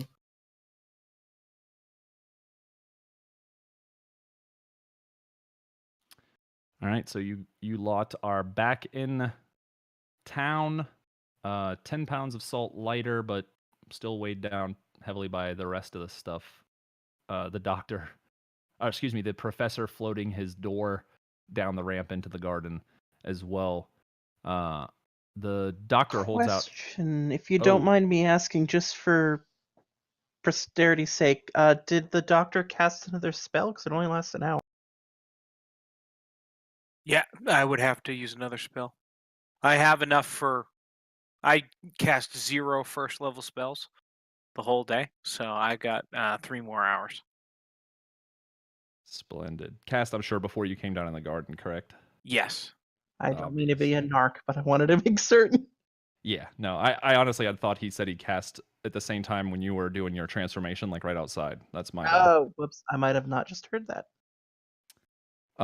So the doctor approaches Hannah pretty quickly after everybody has like descended down the ramp, and says that I'll take my portion of the payment in some of that silver or the knives from the other acquisitions. Your call.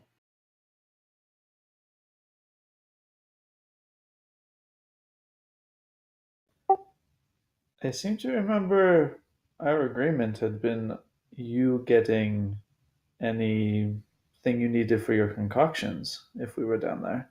The acid would have been one of those. The acid will do nicely. Then I am fully willing to uphold that agreement if we do not want to do a monetary exchange. I could use that to buy materials, obviously, but I think the acid and some of the knives would be more than acceptable.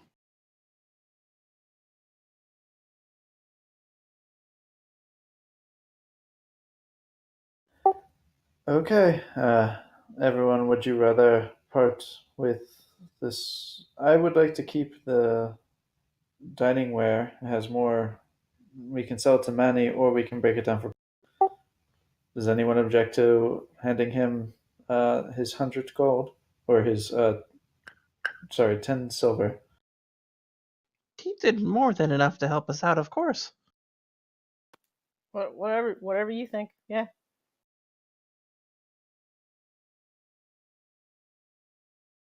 I leave Alright. that stuff up to you. So 10 silver and the acid. Agreeable. Good doing business with you. You were very reliable. We can call on you again for something similar comes. If you have an excursion that is worthwhile, of course, and if you have the coin and need any kind of motions to Alex, any of this fixed up, you know where to find me. Indeed. Yeah, bud. The doctor turns on a heel, readjusts his mask and his coat, and journeys back towards his house. And now it is just the five of you. I can give out the coins to you now. 1 second. And Hannah hands out 18 silver to everyone.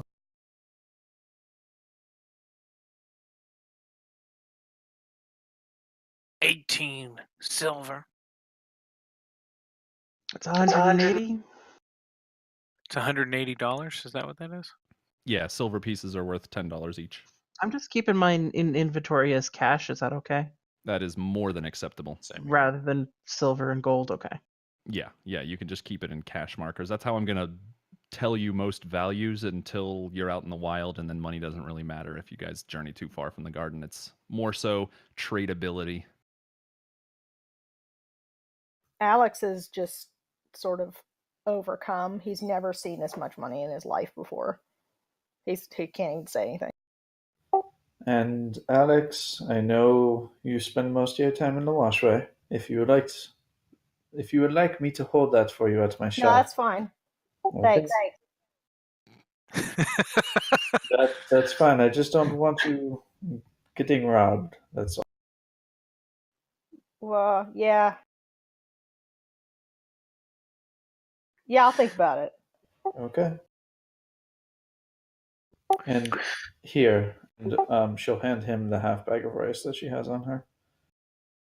Oh shit! Yeah, you sure about that? I am.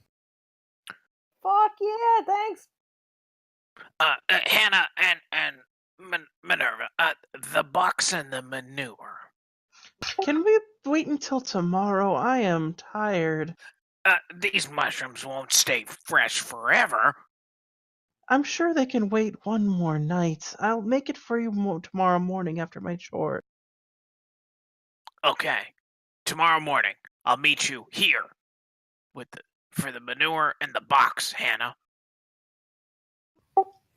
Okay. If you would like, I'll give you my address. You could come and have your choice if you'd like. The freshest. Treat that place with respect, November. Of course. What do you think I am? Some kind of savage? Don't answer that. Yes, I thought not. Darian, do you want to hold on to the snakeskin? I can ask around the bazaar to see what people would buy it.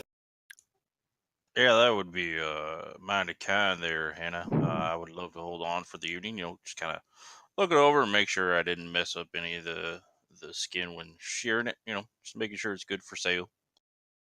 Okay. I think that the value we get from that should be partially split among us as well. Shit, more? About this door. Where do you guys want it? Matt, Keep it in what's the shop for now. We should be able to figure out a way to break it down. And what are the dimensions of the door? The door is 15 feet wide, 8 feet tall, and it's about 300 pounds. So it's not solid metal, but it is definitely metal plated, stainless steel again. Yes, let's walk it to my shop. I can fit it in. It's probably the safest and most out of the way.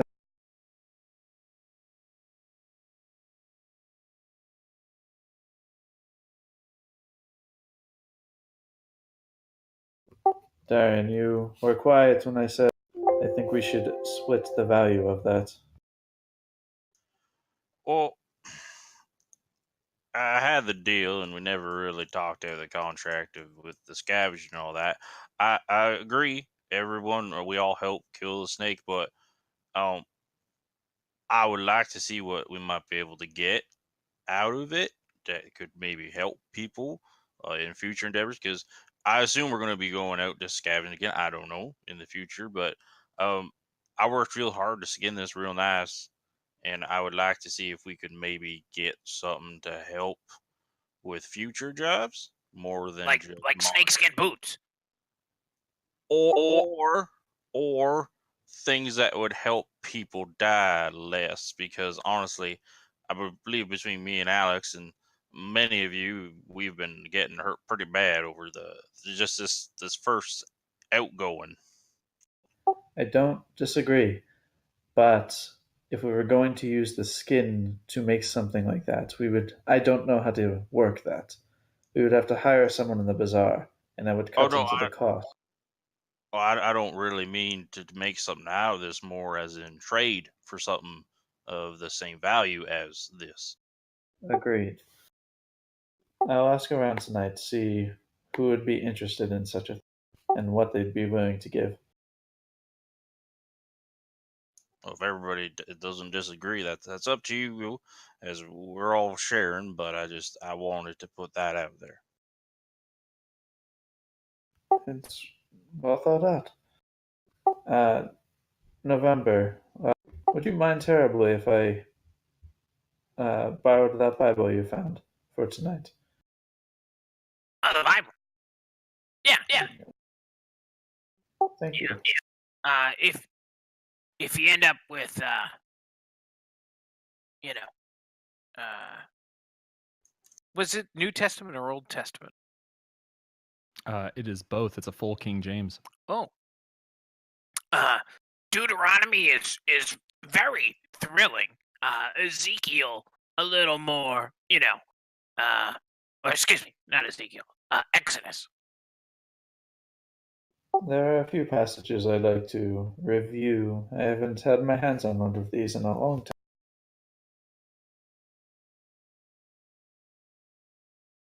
Yeah. Just if you gotta make notes in it, just in the margin.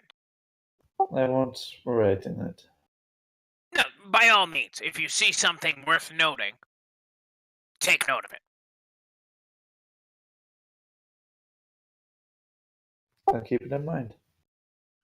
I have to go see a couple of people about a couple of different things.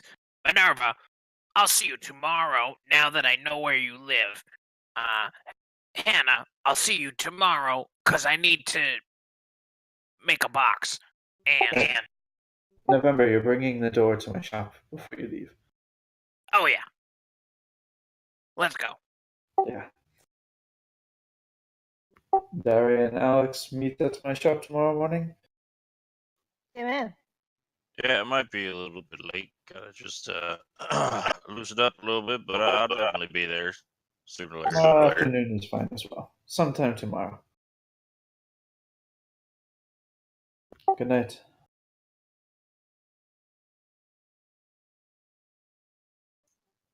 Well, good evening. But Alex, I believe I remember I owe you dinner for helping me out there. Yeah, bud, I got all this rice. You got a pot we could cook it in? Well, have you ever been down in the waterways? Have you ever been to the restaurant down there? The what's it called? The bar? Yeah, down there. Spills. Yeah. Spills. Yeah, I know the guy, the bouncer up front. He's real nice, Nikolai. If we talk to him, we might be able to find a nice place to sit. Maybe even at the bar, have a nice dinner. Just we can talk a little bit, and just if I'm gonna be scavenging with you, I'd like to know who has my back, of course. Shit, yeah, bud. Let's go. Yo, I never seen this much money in my life. Have you? Oh yeah, actually, I've done not too bad for myself, actually. Nice, man.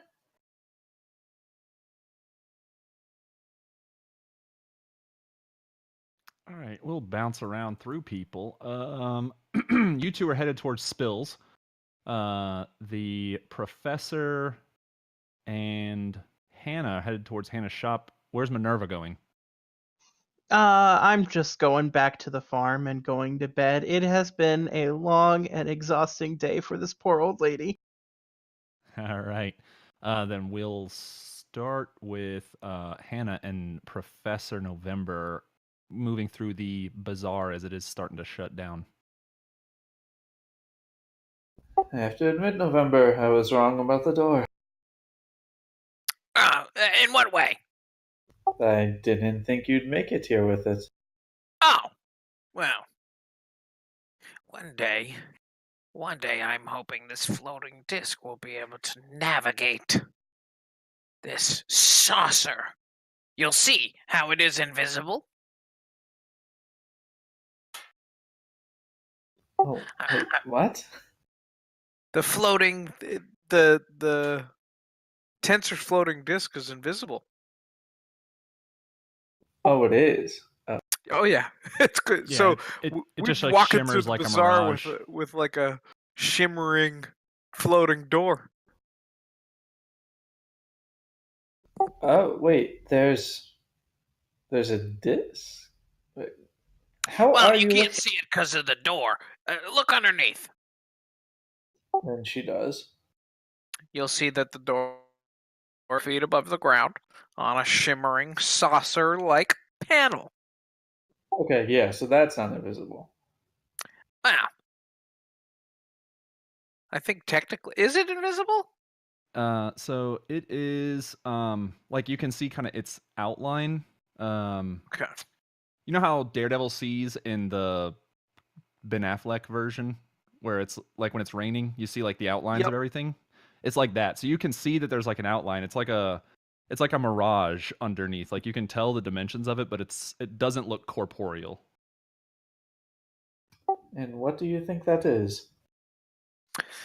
I'm hoping this is the start of my saucer craft. Your saucer craft. Do tell me more. Well, one day I'm going to, with the help of Alex as a test pilot, since Darian is afraid of going up in the air, but we're going to get some parachutes. We're going to do it the safe way. You saw how I could take the washer and extract the tension that's within inside of it and shoot it across the room? Yes, I did see that. That is the mechanics of flight. Inertia. And now I've mastered the saucer-like lifting mechanism, but now I need to learn how to encapsulate it so that we are not, strewn all about, and I need to unleash the potential movement that's inside of my saucer. Need more experiments. I'm getting closer every day. You are indeed. Where do you want to take this? Well, I'm not ready yet, but Not yet. But if you there's could a take portal. it, There's a portal. that goes where? Inside the Earth. There's another Earth. Did you know that? She has a smile on her face. Go on. See, there's a portal at the poles, and you actually go inside of the portal, and then there's like a hollow Earth inside of the Earth, and there's another star that's not the star, and it's inside there, and I want to go there. And the reptiles supposedly are from there, but also there's some other people there, and basically I think the experiment started there. So the Earth is a shell world that encapsulates folded space where another world sits? yeah, but like it's like another world inside. But yeah. And Yep. did this happen during the falling?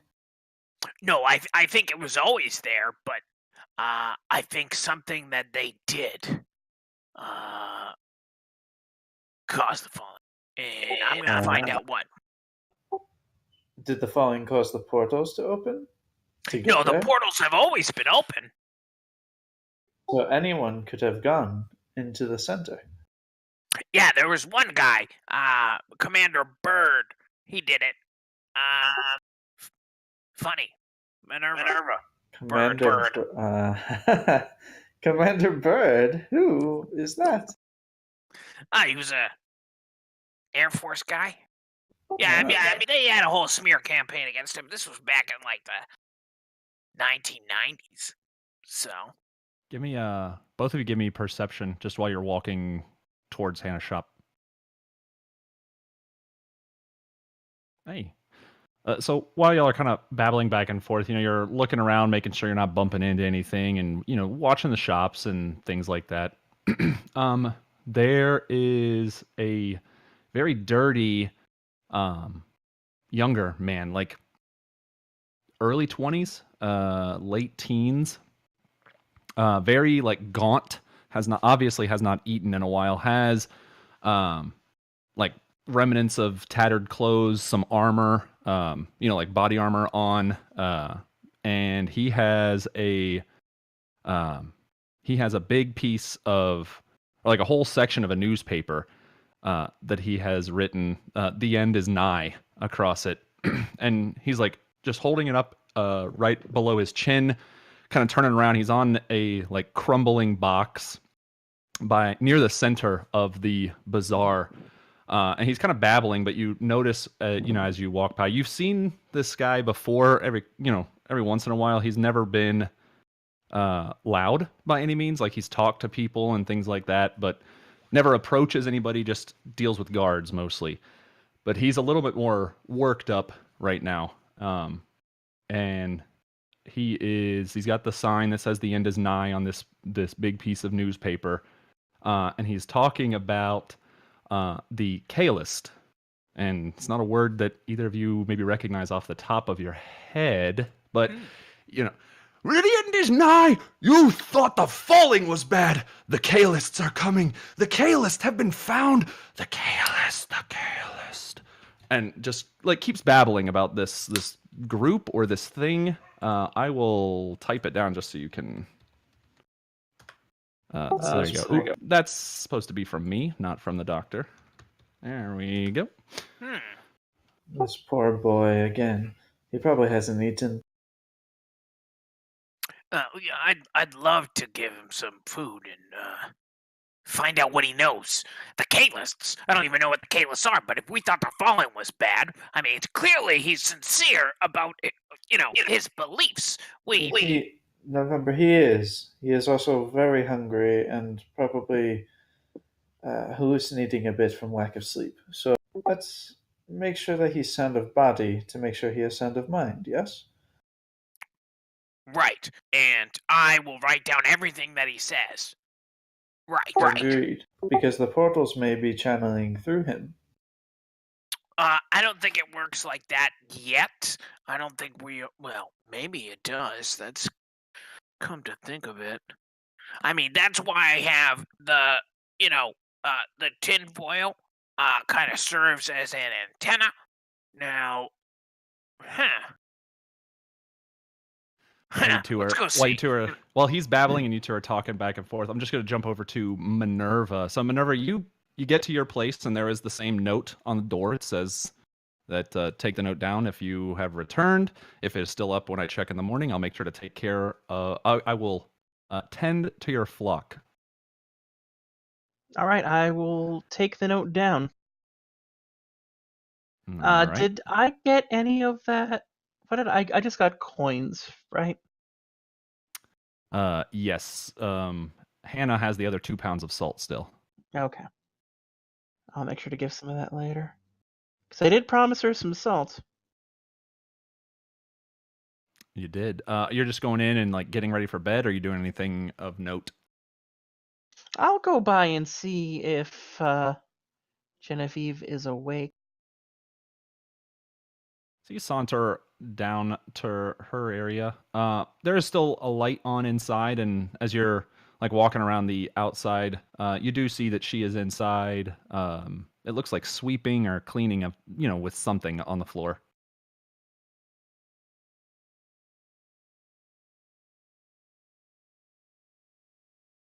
Evening. She stops and looks up. She does indeed have a broom that she is just sweeping like a pile of dust off of the floor made of rock, essentially. She looks up. Oh, well, Minerva, I did not expect to see you. It was getting quite late, and I heard them close the gate. Glad you made it back. We were cutting it a little bit close, but the trip actually turned out to be quite profitable. I do enjoy profitability. You had said something about salt if you returned. Is that something that you happened to find? And we did, and we ended up with 2 pounds extra. I should have some for you, hopefully, tomorrow. But right now, Hannah has it at her shop, so we're going to be dividing up everything tomorrow morning. Right now, I'm just too tired to deal with all that. Well, I have something for you actually as well. Hold on one second. And she goes over to just like a pile of wooden boxes that she has stacked up, and she starts going through one and then stops and goes into another. And she comes out holding a pair of just small like field mice by the tails. They're very much dead. I think Patch has heard what we were talking about earlier. Found these 2 this morning on my porch just after you left, actually. And she holds them out towards you. They're very small, golf ball sized bodies, more bones than flesh. Thank you. I'll find something to do with it. What I was hoping to do didn't end up pending out. The snake ended up being much larger than these would have fed it, but we managed to surpass it anyway. Oh, well, fantastic. Patches wouldn't be opposed if a small saucer of milk were to find itself outside. Keep him sprightly to continue hunting. You know how it is. Oh, I'm sure some sauces, Patches could find something probably later this evening. Could probably find something to spare. Well, your heart is just as strong a gold as the coin in your pocket, ma'am. If there's nothing else, I'm wrapping up myself. It has been quite a day. The chicken's just running all over, and I need to get some sleep. You look bushed as well, so I don't want to take up any more of your time than necessary. Yeah, if you don't mind, if we have time tomorrow, though, I certainly have some stories to share with you. Oh, that would be fantastic. I have not heard a good story in some time. You have a good evening now. Do the same, Minerva. And I definitely will leave a saucer of milk out, and then also move where I hid the money. Fantastic. Alex and Darian, you make your way to Spills, and Nikolai is indeed outside. The bar seems much less active today than it was the previous time you were here, Darian. But there's still some patronage or patrons inside, and Nikolai sitting out on his bench, just picking at his fingernails with his teeth. It's kind of gross. Darian sees nothing wrong with this and just approaches Nikolai. Neither does Alex. Oh, welcome back, friend. Do you come to drink again, or did Blink send you for something? No, we're actually looking to get some food and drink tonight, Nikolai. If that's all possible. Looks like it's a pretty quiet evening for you, which is good. Yes, no cover tonight to get inside. You are more than welcome to go in, sit down. I would not loaf about too much without spending a little money. You know how Blink can be. No, of course, of course. He runs a business, and I am looking to use that business tonight. Oh, fantastic. Well, I do know that special brew he had the other night still around. There is a few glasses left. I am sure he can find some for you. Yeah, we'll see if I'm feeling daring tonight. Oh, fantastic. Well, take friend inside and enjoy the hospitality and, of course, the kitchen. Thank you again, and I'll give him $5. He takes it graciously and shoves it into one of his pockets. After you, Inside. Alex. Oh yeah, for sure. Inside Spills, there are a few people drinking. There's two guys that are passed out on different tables. Obviously, have imbibed too much. Not an uncommon sight in Spills.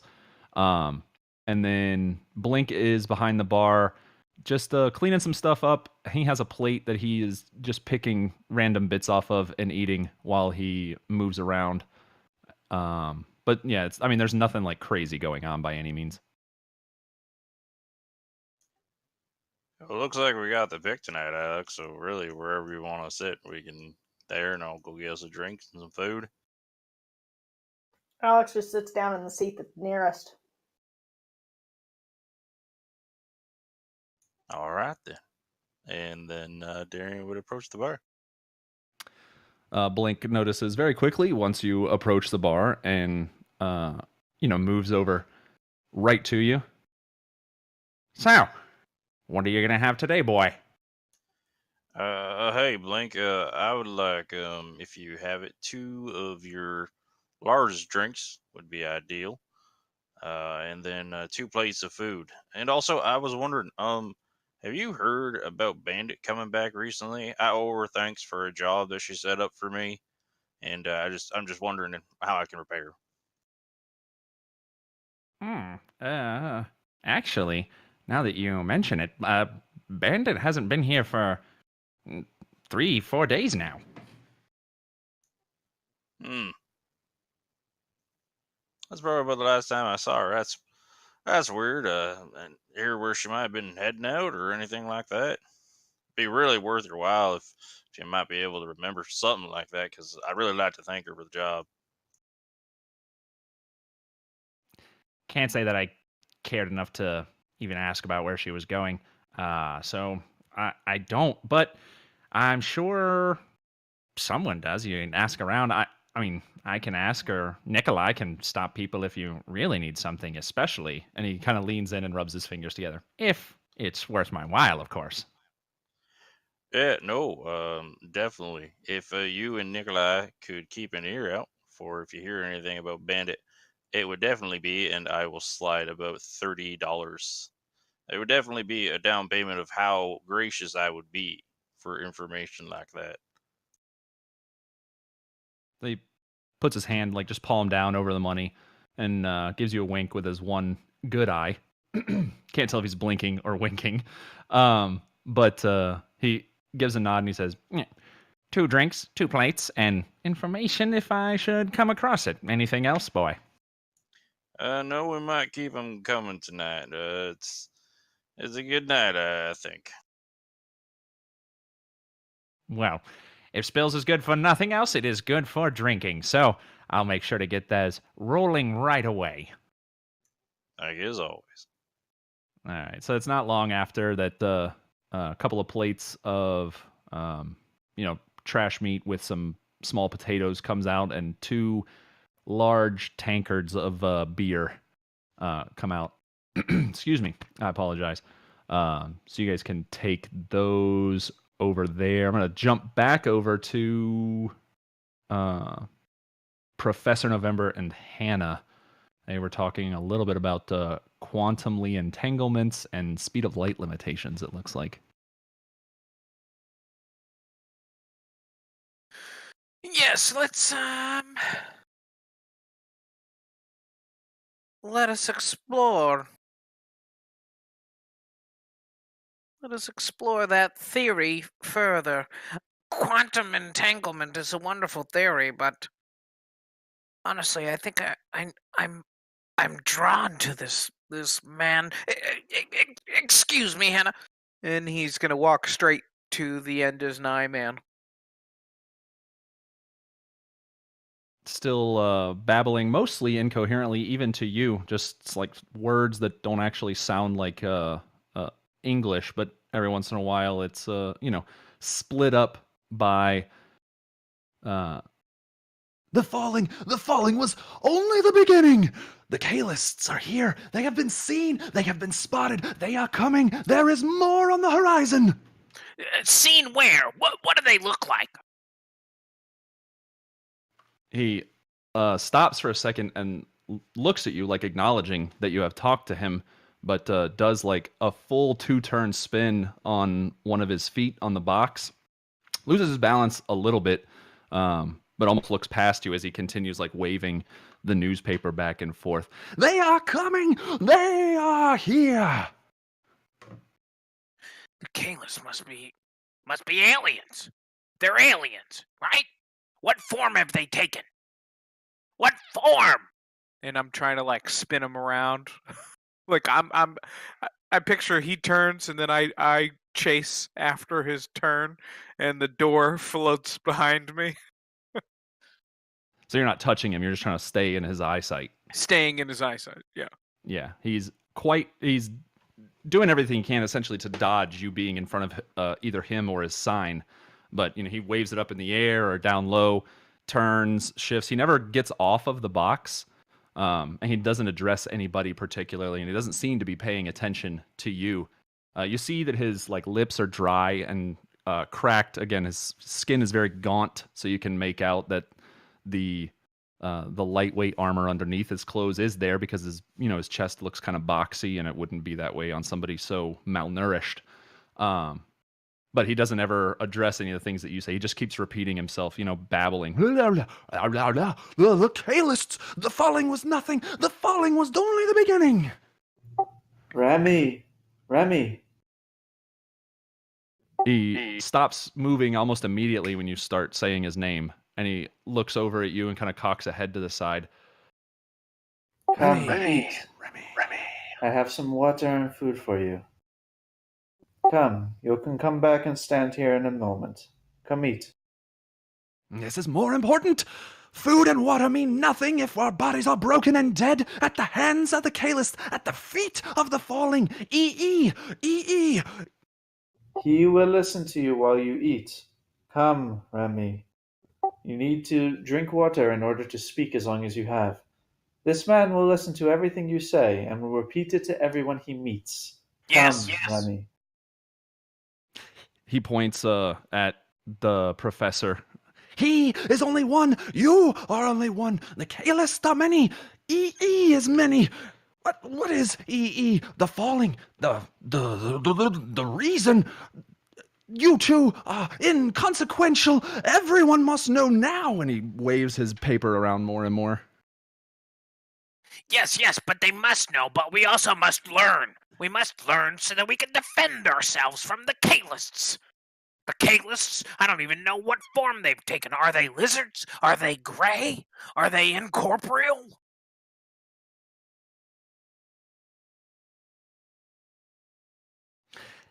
They walk among us. They walk from the ground, from the sky, from broken and complete. They come. EE sends them. They journey north. We have seen. The falling is nothing but the beginning. They are the next step. There are more.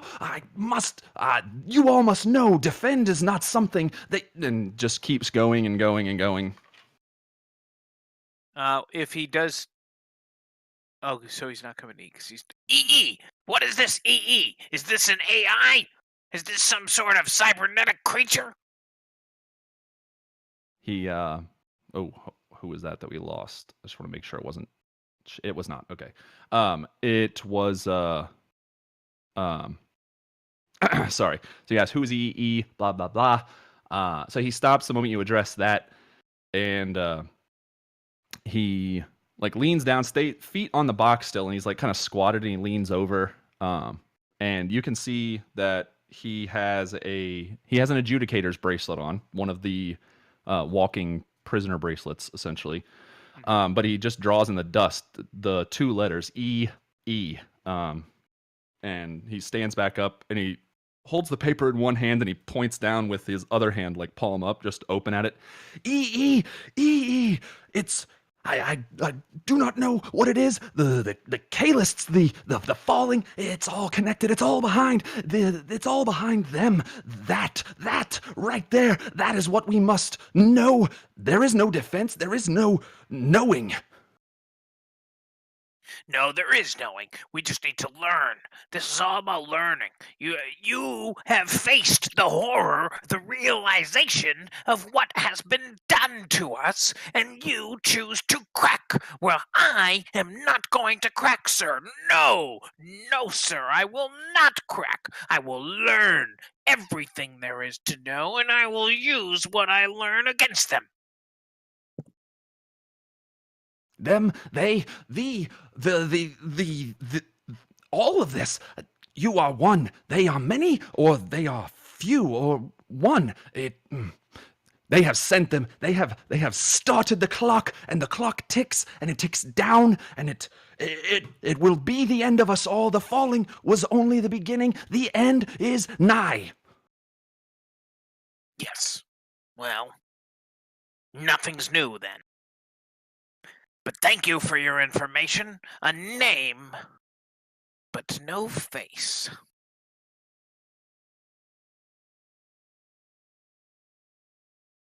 And no face, one face, many faces. The faces of the damned. And he kind of points at you and then over to Hannah. The faces of us all. We are but small specks, dust floating in the ether.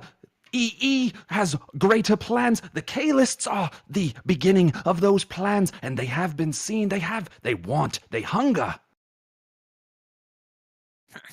And what is it that they eat?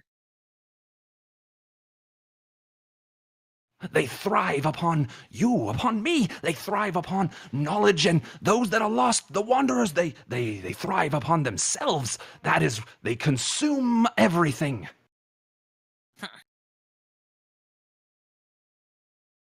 But they are saviors, the saviors at the same time. Protection from the end, from above, from below. They are not of this place, and yet they are all the same.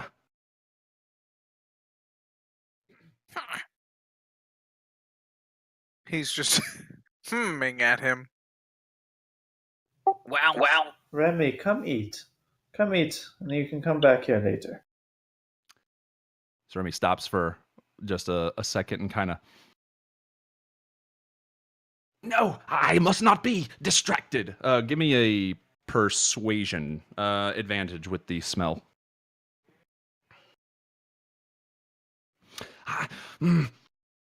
But if I am not here to tell them, then what is going to happen to you? And there is, and he like smells again, and he just kind of stops for a second. And you can see like the hunger building. It obviously has been a long time since he has eaten. Come, I have some of my bubby's food. You've tasted that before, haven't you? Bubble, we live in a bubble. We are protected now. It is a false sense. And he like smells the air again, and he slumps his shoulders and steps off of the box and walks forward. Just really quick, a little pause here. Alex's player Allie has departed for the evening. So, Darian, unless you've got something else, I'm just gonna say that you two are drinking and being jovial and things like that. You can do RP through the week, but unless Minerva's got anything else, we'll probably focus this for a little while longer, and then maybe cut short. Is that all right with everybody? Sounds good to me. Absolutely. All right, rock and roll. All right. Anyway, so he's slumped his shoulders, stepped off of the pedestal. He's like rolling up the paper. The thought of food and the smell of that Hannah has created, just more overpowering than whatever this mission is. And he is just suddenly very quiet and almost sullen as he follows towards Hannah's shop. Come, Remy, yes. Last time you had food was what? You sat down with me not many weeks. Here, have some water. And she'll hand him the water skin uncorked. Or I'm going to guess it's actually a glass bottle, whatever. Uncorked. Sure, top off or whatever kind of top it is. He takes a long swig and then like splashes it across his face, slicks his hair back, and like just lets the rest of the water kind of run down him, the grime falling off of the body, or falling off of his body, some wetting his shirt. You can definitely see now under the gray shirt that it clings to some relatively expensive, probably body armor that's underneath the tattered clothes. Something that would be very useful out in the open. Remy is a scavenger, has done it in the past, but ever since he got his bracelet, hasn't done it as much. You know that the bracelet, by the way, is just for petty theft, but he got caught multiple times. Remy, where did you come from this morning? Where have you been staying? Food first. Food. And then we can talk. We can talk about these problems. And if he is going to listen, and he kind of motions toward November. First, we eat. We eat first, and then we answer questions. Of course, some tea and some food. And she'll open up her shop. She'll direct November on where to put the steel door so it's as out of the way as possible, considering it's fairly. She'll pull up a seat for Remy and gently. She won't touch him, but she'll gently like motion him down into the seat.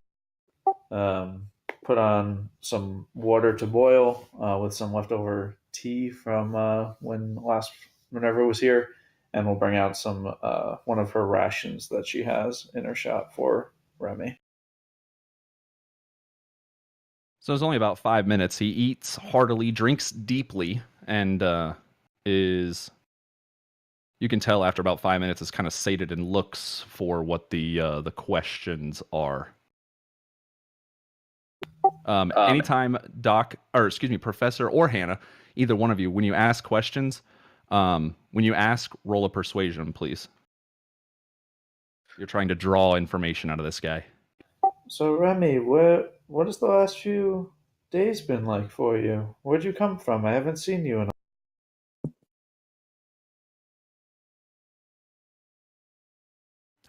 Back from a scavenge. Yes, that's not really all he divulges. And where did you first encounter the Kalists? It's perfect. He doesn't even like look at you when you ask this question. He, excuse me, he takes another drink and eats some more. He's actually more focused on your door. He's looking at the door rather than you. The, where, where did you get this? That is a find. That is protection. That is could reinforce the bubble that we live in. Bubble's food. Yes, it is very nice. We found it underground. Did you see something like that when you were scavenging?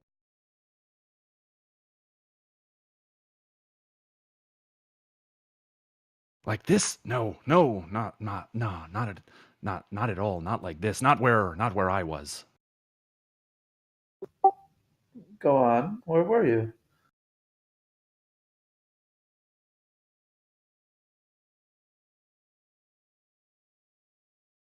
South. The the southern tip of the the island. The edge of the garden's influence.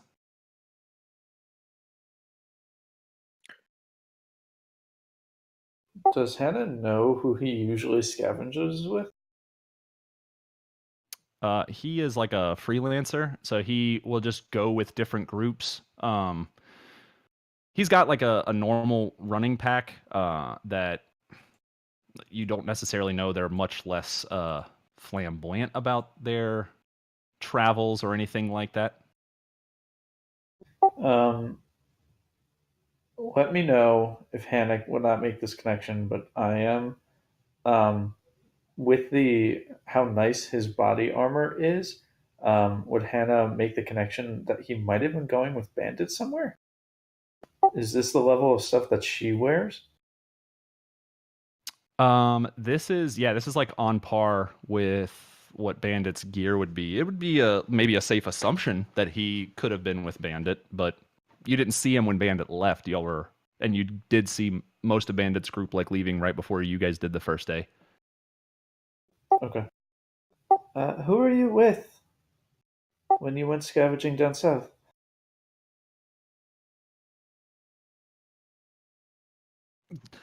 Doesn't matter. Gone, dead, not by my hands. No blood on my hands. And he kind of turns his hand. I'm doing like the actions. He holds his hands out like a poker dealer would and shows like top and bottom multiple times, and then puts them back, towards the plate of food.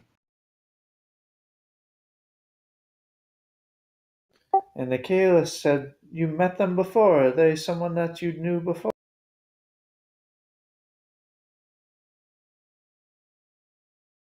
You do not know the Kalists. They do not know you.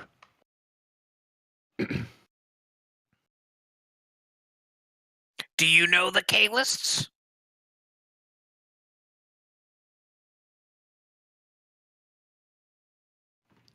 You cannot know. You cannot know what. You cannot know who. You cannot know them. And I have seen them. And he like puts his fingers towards his eyes, and he starts pushing. Actually, like not enough to do damage, but it does look like he's causing himself some pain. But I have seen them. I saw what they did. I saw, and they move from below, from above. But they are to the south. They will wash over us. Every one that they see, every one that they touch. I got away though. How did the people you're with, how did they die? Ooh.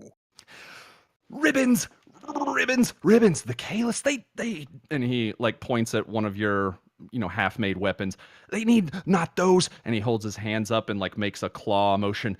Just them. They live. They are dead. They are tore them to pieces. I could not save them. I could not. And he puts his hands like back in his eyes. I could not even look at them. I ran. I ran and I hid, and that was 6 days ago. Six meals, 6 suns, 6 moons. They are all gone. And he like takes another drink of water.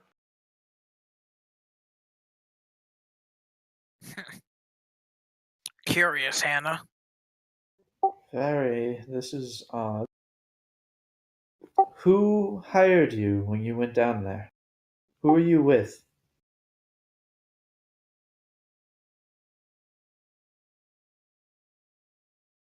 With with the dead?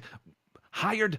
You know, I do not work for anyone but myself and those that I know, but they are all gone.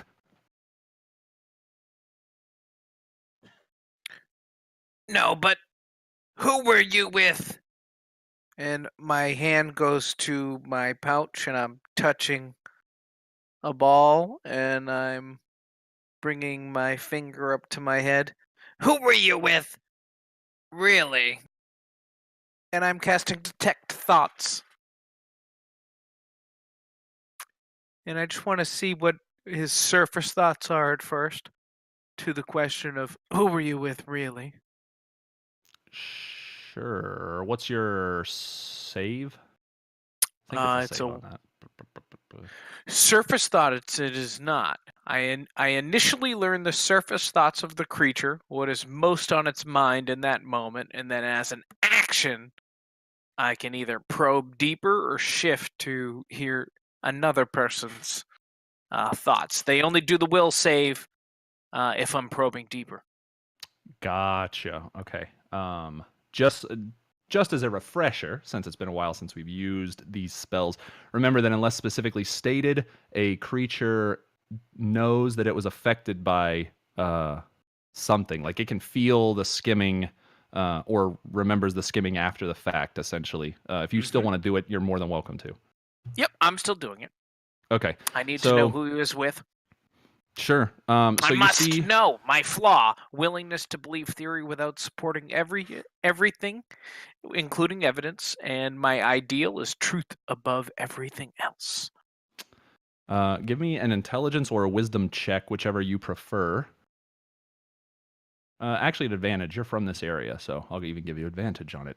Beautiful. Okay, so in the southern end of the island, the Lower East Side specifically, is New York City Police Department. Something that was rated obviously very early, but there are some. You see in like on the surface of his head or the surface of his thoughts, excuse me. You see some faces, just random people. They look like they're probably just scavengers as well. But you see like flashes of a house, and inside is a gun safe that has been opened. You see Remy, like from his perspective, you see him like putting on this body armor. And then it like there's like a flash and like you see red, and then there's like gnashing teeth and like screams. You see like body parts being pulled. You don't get a clear view of like what the attacker is, but it's very violent thoughts. And then you see Remy like holding his head. No, no, no, no! Stay out! Stay out! Stay out! Stay out! I probe deeper. Okay, probing deeper. Let me roll his save. My spell save DC is 14. All right, you're able to probe deeper. What do you get when you probe deeper? Initially learn. I'm just going to read this out for anybody watching now or in the future. So the section of the spell is you initially learn the surface thoughts of a creature. We've done that. As an action, you can shift your attention or probe deeper. If you probe deeper, the target must make a wisdom saving throw, which Remy has failed. If it fails, you gain insight into its reasoning, if any, its emotional state, and something that looms large in its mind, something such as something it worries over, loves, or hates. Blah blah blah blah blah blah blah. Either way, it knows that you're probing. So let's see. We'll just go through the list. You gain insight into reasoning. Remy is very genuine about warnings. Doesn't even necessarily know what he's warning against, but he is terrified of it. Emotional state. Distraught, broken, traumatized. Okay. Something that looms large in its mind. So you see the letters EE over and over again, actually on a manila folder. It's like a red stamp. You also see it on like a snippet of it on like a badge, like a Velcro badge, like you would see on a tactical vest or something like that. Okay. And Something looms large in its mind. So that's worry. Loves. You sense no emotion of love of any kind, or even desire.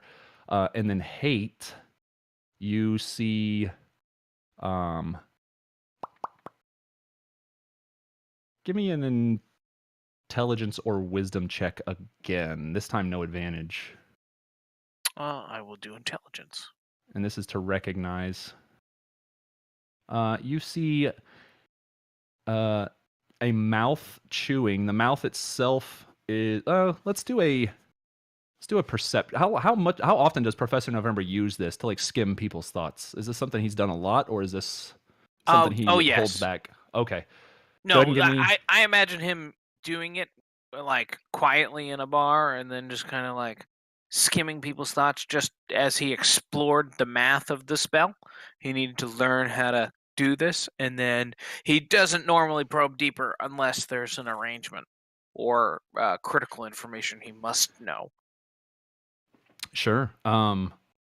Give me a perception at advantage then. You're like sharpening your senses in his head. 10. So you see lips that are like dry and cracked, but they're covered in blood, and they're like, all you see is the lips, and they're like chewing. And then for a split second, like the lips part, the teeth are like rotted, covered in like a viscera, and you see what looks like a fingernail, like between the teeth, attached to the end of a finger. It's a very disturbing picture. You can kind of understand why Remy is in the state that he's in right now. Enough of this. Tell me, what is the K list?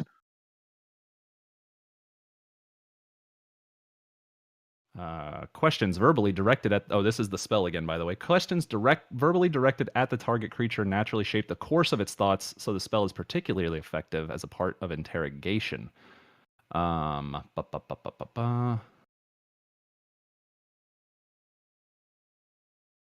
Let's do a contest of intelligence to see if this actually works, since you got all the other information. So your intelligence check versus his intelligence check.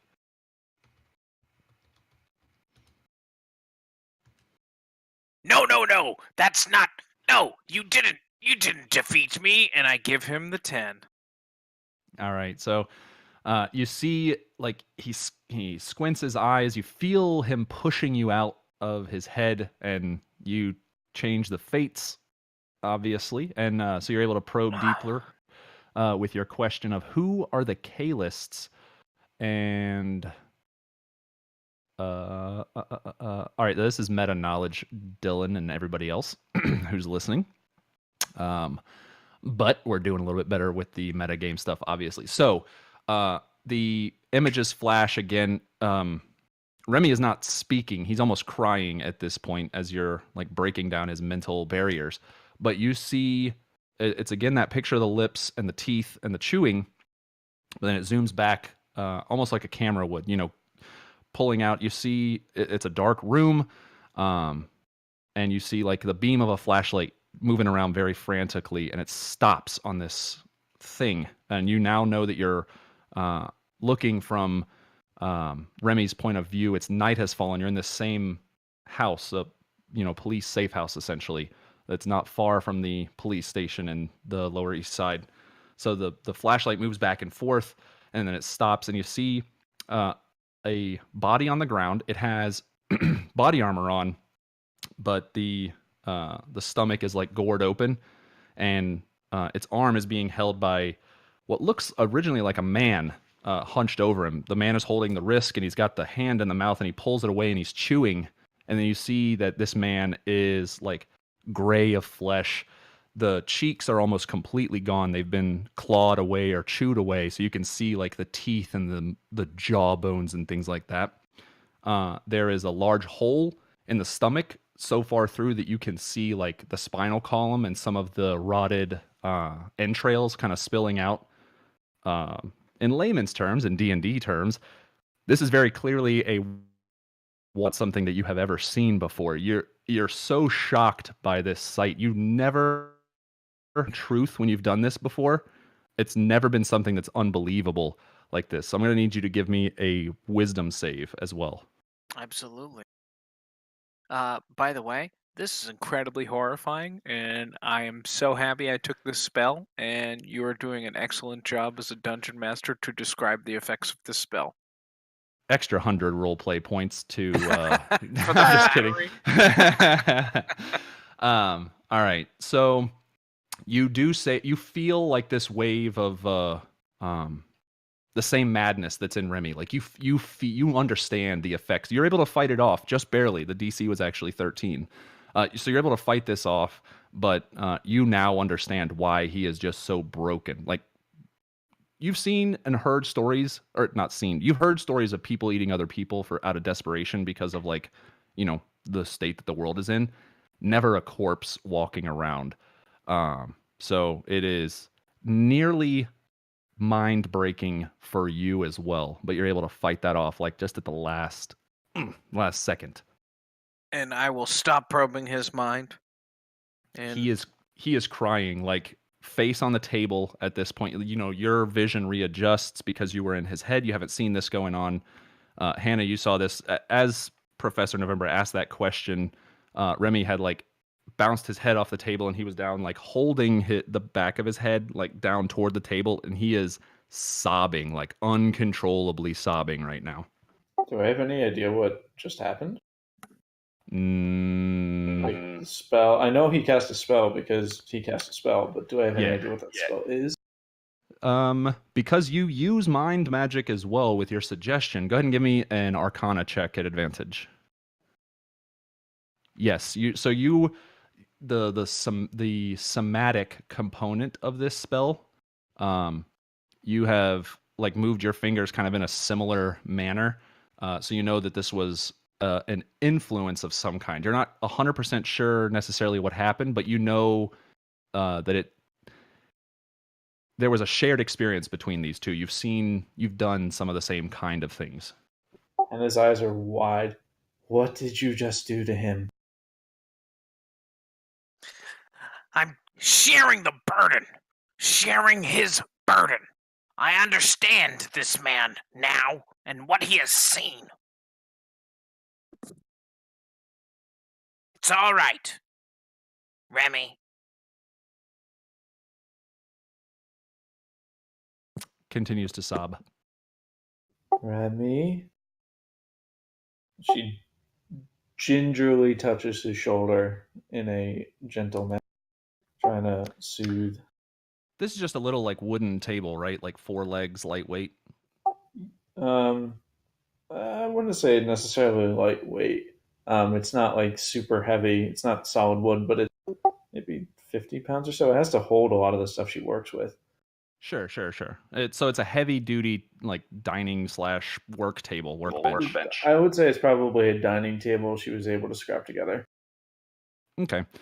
So the moment you touch Remy's shoulder, he like, kicks back away from the table, flips the table like, up and over towards the professor, and just, like, raving, screaming, just, like, bolts. He leaves the newspaper behind as well, but I mean, he's like, no, I won't do it again, and, like, just runs out of your shop before you can even react.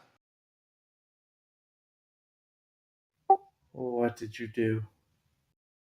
I didn't do anything. It's what that man saw. What did you do? Do you know what? You used mind magic on him and you broke him more? No. I had to know what he'd seen. He was smacked his already head on the broken. table, sobbed, and ran out at one touch. Do you know they make people disappear for doing mind magic?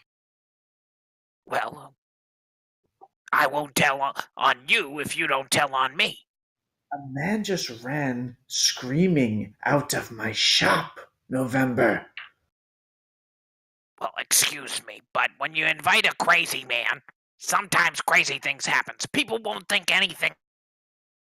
You were feeding the crazy man, and the crazy man left to go scream. It happens. And it's going to happen more, because what he saw, I understand it would drive me crazy, too. Okay. Okay. What did he see? It was on the Lower East Side. Some kind of old police thing. I don't know, like a safe house. There was a gun. Well, there was a safe. There was definitely a safe. There were some files said EE on them. That's why he's saying EE, because the files. You see? The files had them on them.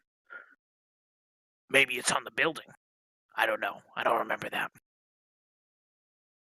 But they get the guns out of the gun safe. Definitely a safe. Was it cracked open? I don't know if it was cracked open.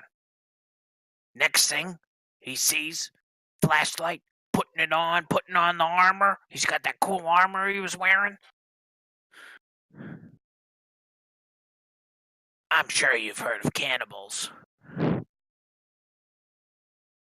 I'm sure you've heard of cannibals. Yes, I have. Well, this wasn't a cannibal. This thing was dead, and it was standing up. You could see its spinal cord. You could see all its teeth. He saw that, and it was chewing on somebody he was with. Chewing like it was nothing, like a chicken wing, just chewing away. The lips were all gross. His fingernail. Ugh. So I don't know if that's the K list. But if there's more of them, then we're all gonna be in a lot of trouble. Okay. Did you see the faces of who he was with? Did I see faces? I don't think I caught glimpses of faces, did I? Yeah, you caught a couple flashes when you first went into his head. You could probably pick him out of a lineup. I mean, I saw faces. No one you recognized. If you had like photographs, if you could draw a picture of them. I'm trying to say, did you know any of them? Did I know anybody from the garden? Can I roll a history check? Let's see. Let's just do it random. Would you like to roll low or high? I'd like to roll high. You would like to roll high. All right. Give me a D100, 90 or better, and you may recognize one of them. No. All right. No, I've never seen them, but I don't know if they were armed good because they just got it from this safe house, or I don't know what, but there's definitely some dead bodies there with some good armor on them. Well, apparently dead cannibals that eat people? Is that what you're saying? I'm telling you, it was a skeleton, and it was like half alive, half dead. That man saw something that I don't have words to describe. There was a black man. There was a white man who was kind of scaly. A man was covered in hair, like a really hairy guy. Like a gorilla man. And there was a short guy, and he had like a big red beard. Well, kind of short. Well, shorter than, mostly short. But he had the red beard. And they were, at least, I don't know which one I saw that was getting eaten. But one was definitely getting eaten. The whole hand was in the mouth. Let's just say I understand what Remy has gone through, and I understand. I think it was the scaly man that was getting eaten. Okay. I don't know where he would go. The man needs help. How far is that from here? Lower East Side? Oh. Yeah. Probably not coming home that night. Yeah, but not very far. That's within a day's journey, easily. To get there and back. So they're cannibals. And you say they're dead? The skeleton? It's not far from the garden. No, I mean, a couple hours. Hour walk. I mean, are we seeing the sights? Are we No, going along the coast? We can walk around FDR Drive. Okay, I get your point. But I'm trying to say, you said he saw a skeleton eating another man, and that's only a couple hours from the garden. What the fuck is that close, that disgusting being here?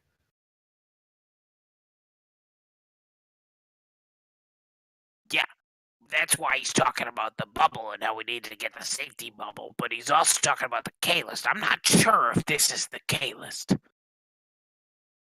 I think it is the K list. I think so too. I can't think of anything with those initials. You said that he saw it on the armor? On files and on the. Was it on the armor? The body armor? You don't know if it was on his body armor. It was just you saw a patch with like an EE insignia that it's the same kind of patch you would see on body armor or on a backpack. You know those little like the military Velcro patches? Yeah, that's what it was like. It's a patch. Was there any other like graphic to it, or just EE? Just two graphic E's. Just a white background, black border, and then two like bright gold E's. Very, very simple. Very simple. Yeah. Does he describe that or no? I will conjure it with minor illusion. Does Hannah recognize that? It is not anything that you recognize. Oh, you can do this. Can you show me what he actually saw? I mean, are you prepared? Yes. It's just a picture. I grew up with the internet. I've seen some fucked up things in my youth. I don't know if you've seen anything this fucked up. And he makes it. Right here. A 5-foot image of it. Click minor illusion for me. I just need to see if it says simple or not. Okay. Minor illusion.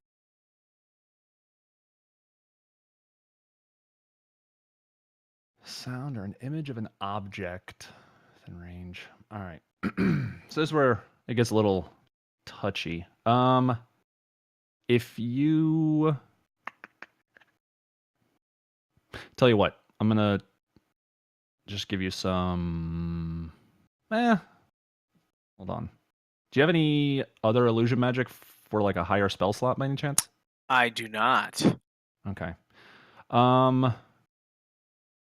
Let me double check his. Nope, that's necromancy.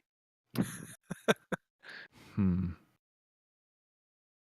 me read one more time here. It is minor illusion, so I don't know if that would. An image. Muddy footprints, which are fairly descriptive. Yeah. Yeah.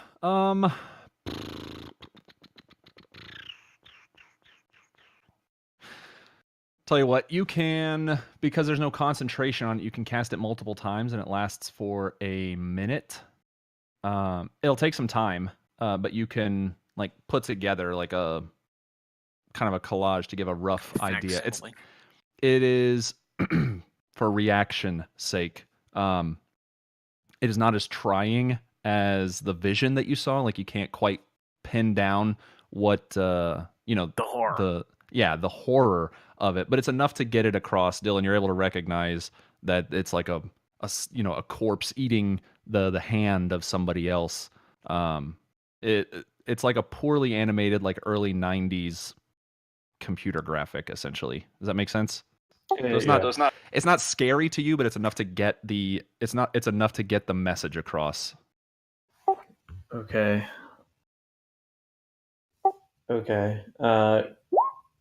What would I need to do? Like, if she wanted to do,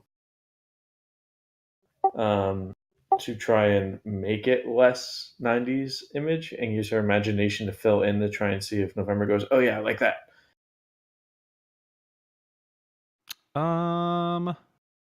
Too bad there's not an imagination check. Go ahead and give me intelligence or wisdom at advantage.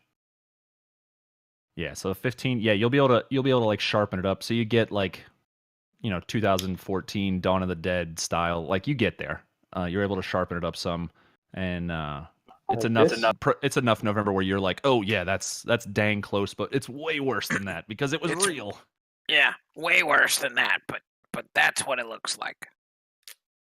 Shit. That's disgusting. And it was chewing. Matt, Hannah's never heard of something like this, right? I mean, in TV shows and movies, but never something in the real world like it. Is that it? Are you sure this is what he saw? Because this looks like a fucking zombie. Positive.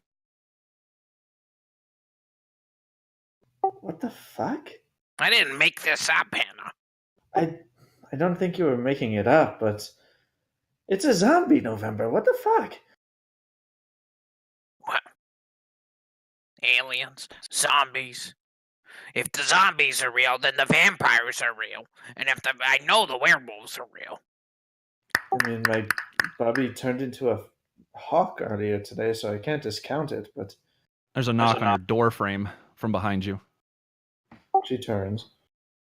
It is a city guard, and he is wiping something off of his hands, and he motions to both of you.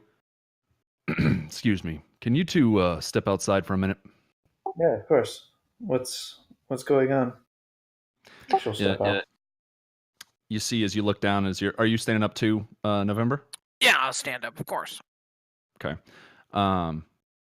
You see as you're standing up, as you're like walking toward the door, what he's wiping off of his hands is blood. I'm going to ask a couple of questions here, and he taps on his badge on his uniform, showing that he's city guard. Did you have a guest for dinner tonight or anything? Yes, a man that was in the town square, Remy. He comes over sometimes, and he was raving today, so I brought him in to feed, try and calm him down. Well, what do you have a problem if I see maybe what you fed the boy? No, here. I go back in my shop if you want me to grab it. He leans in and looks, and he's got a hand on his baton on his hip. Yeah, why don't you go ahead and get that for me, please? Yeah. And she'll grab the fruits and whatever Minerva left over what she fed. This is what he had been eating. So he takes and looks at the fruit and just kind of drops it on the ground and looks at the the last crust of bread and drops it as well. Kind of wipes his hands off. So we're a little familiar with you, and he points over at November. A little, maybe play a trick on the boy, put a little something special in the food before you gave it to him. Is that what's going on here? I'm sorry. November didn't touch the food that I gave him. But you know me? Are you one of my students? Come on, man. Anybody who's been within 100 feet of your place has smelled the green leaf coming from it. We've seen you covering bags. You're just not worth it. But did you put something in the food? Because we've got ourselves a little bit of a situation, and he ran from this direction before he clawed his eyes out and tried to kill himself. And we're thinking that it had something to do with your little dinner date. So you wouldn't have a problem coming down with us and answering a few more questions, maybe. Is he alive? Oh yeah, he'll survive. He won't see anything ever again, unfortunately. There's not a lot we can do about that. But we'll get to the bottom of this. So I'm gonna need you to. Well, we can do this nice and easy and just answer some questions. We'll get to the bottom of it together. Of course. Do you mind if I lock up? No, take your time. And he kind of steps to the side. You see there's 2 other guards behind him. No adjudicators, but there are 3 guards total. Yeah, I'll gladly come. Yeah. And Hannah will lock up normally. She doesn't take anything out as she goes. All right. With the locking up of the shop and the going with the guards, this is what we're going to call it for the evening. So some phenomenal developments and some interesting, there's money now. Well, maybe, who knows what's going to get. I'm assuming you dropped everything off, so you don't have it like on a backpack on you as you're going to the to the guard station. But yeah, very interesting developments. Congratulations on getting your salt and a bunch of the other stuff. So everybody enjoyed the game tonight, hopefully. Dylan, Graham, how was that encounter? Oh, I loved it. I thought it was wonderful. Yeah. Wonderful. Thank you for the plot hook that I was like, I'm going to take this. I have a spell specifically for extracting information from a crazy man. Spoilers. As soon as he wouldn't look at me, I was like, I'm getting him. There you go. Yeah, I know how you function. I don't have to force plot stuff on you guys. I've kind of figured out how some of you play this game. Let me see here. Minerva, Darian, Emily, and Tim, not to cut you out, obviously, toward the tail end there. I figured that would be an interesting scene, so I hope you two enjoyed it just as much as viewers did as well. Oh, definitely, yeah. I thought we were just going to move to the next day quickly. Otherwise, I would have thought of more things to do. Sorry. Oh, no, it's okay. I enjoyed being able to do that kind of uninterrupted. We will be able to move to the next day. We're going to do the RP for November and Hannah with the guards. We'll probably do it in the public RP channel so that people in the Discord with !DND can follow along with that. I'll put that command in now. So we'll do that over the course of the next couple of weeks. Remember, we're not playing next week, but we are calculating experience here while I'm stalling by talking. That is a terrible, terrible time to end it for a 2-week No. guide. That was an amazing tail end of the session. I was like, Jesus Christ. Yeah, I'm pumped. I'm happy that you both enjoyed, or that you all enjoyed that. The people in it and the people listening live for sure. And now you just have to catch up on Wednesdays when we do our replay. That's right. Yeah, if anybody is listening or watching in Twitch and you want to tell your friends about this, and even if you just want to point them to the last 45 minutes, it will be up on. It'll be in the VODs for Twitch. It'll be on YouTube soon. You can come to the Discord and get that link as well, or you can go to YouTube and just look Team Rank Star and go to the Rhapsody playlist, and you'll find all of our stuff there. We're actually going to do this. Boom. And then...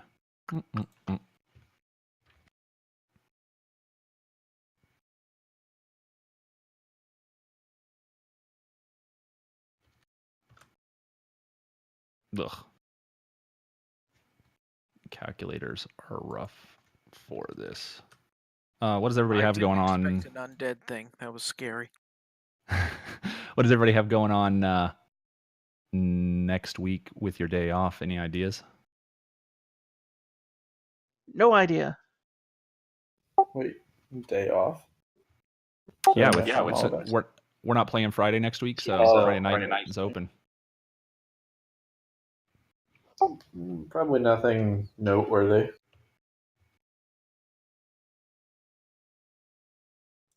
Probably just take the wife on a date. Oh, good call. Smart man. That's right. I'd take mine out, but she has got the flu or something gross. All right, let's do some RP or just some experience. Excuse me. Everybody's going to get 145 session experience. Dylan, you'll get 67 roleplay experience, bringing your total to 1593. Graham, you're going to get 33 roleplay experience and the 145 session XP, so you're at 1598. Yep. Emily, 145 session experience, 33 roleplay experience, 1559 total. Correct. Jeff will get 145 session experience, no roleplay experience since he's not here. His total is 1516. I'll make sure he knows that at the beginning of the next session. Tim, 145 and 33 for a total of 1581. Correct. And Allie will get 145 and 33 for a total of 1559. She's not here to tell me I'm correct, but I know I am. So let me save that and close it. So, just a little quick recap for you all if you're keeping notes. Started in the sunken restaurant, found the salt, found a bunch of other stuff. Came back to the garden on the way, met some envoys from the Church of Victory. Worked your way out of that little scenario without spilling any blood. And got back to the garden, went your separate ways, made some cash. And then Dylan and Graham, Hannah and Professor November talked with Remy, who just a little bit of a doomsayer. And after some questioning and probing, found some terrifying stuff. Kalists, EE, possible undead zombies that are devouring people in the southern side of New York City. So it's a lot of interesting stuff. Again, we're going to try and do that role play in the roleplay chat over the course of the next couple of weeks. Everybody will have some ability to do some roleplay as well as the next day starts. Maybe we'll throw that in as, to scratch that RP itch. Some quick shout outs. This has been Rhapsody Session 5. This was the last session in the first arc, Salt of the Earth. So we'll be able to start using new names. Our sponsors, inkedgaming.com. Play your games with your style. Use code TRS12 at checkout to get 12% off your purchase of gaming mats, mouse pads, play mats for cards, loot crates, so many other things. And you can go to teamrankstar.com as well. Learn about all the things that they are doing. YouTube channel is where all of our VODs are hosted. Our music, which will be closing the session, you heard in our break or in the intro, provided by Max Tunes at taketones.com. You can get your free music there to use in your own Twitch channel or on YouTube. Check them out, taketones.com. It's free as long as you're giving credit like I'm doing right now. And then finally, Wizards of the Coast and Roll20. Wizards of the Coast publishing all of the material that we're using outside of some of the custom rules. And Roll20 for supporting our game here in the digital space since we're so spread out right now playing with one another. You can follow me on Twitter at MantedMan, and you can get to our Discord at the bottom of the video or in the Twitch chat by using the code or using the command !D&D. Anything anybody wants to say before we dip out for the evening? Have a good week. Fantastic. Remember to spay and neuter your cats. Damn Just right. the cats? Just the cats? Not Peaches, no. All right. Well, Bob- great Bob session. Barker. That's right. It is Bob Barker. Also your K-lists. Don't forget to spay and neuter your K-lists. Yeah, whatever those are, don't forget to spay and neuter them. I'm going to let our streamer cut us off here. Thank you so much for tuning in or watching the VOD, and we'll catch you all next time.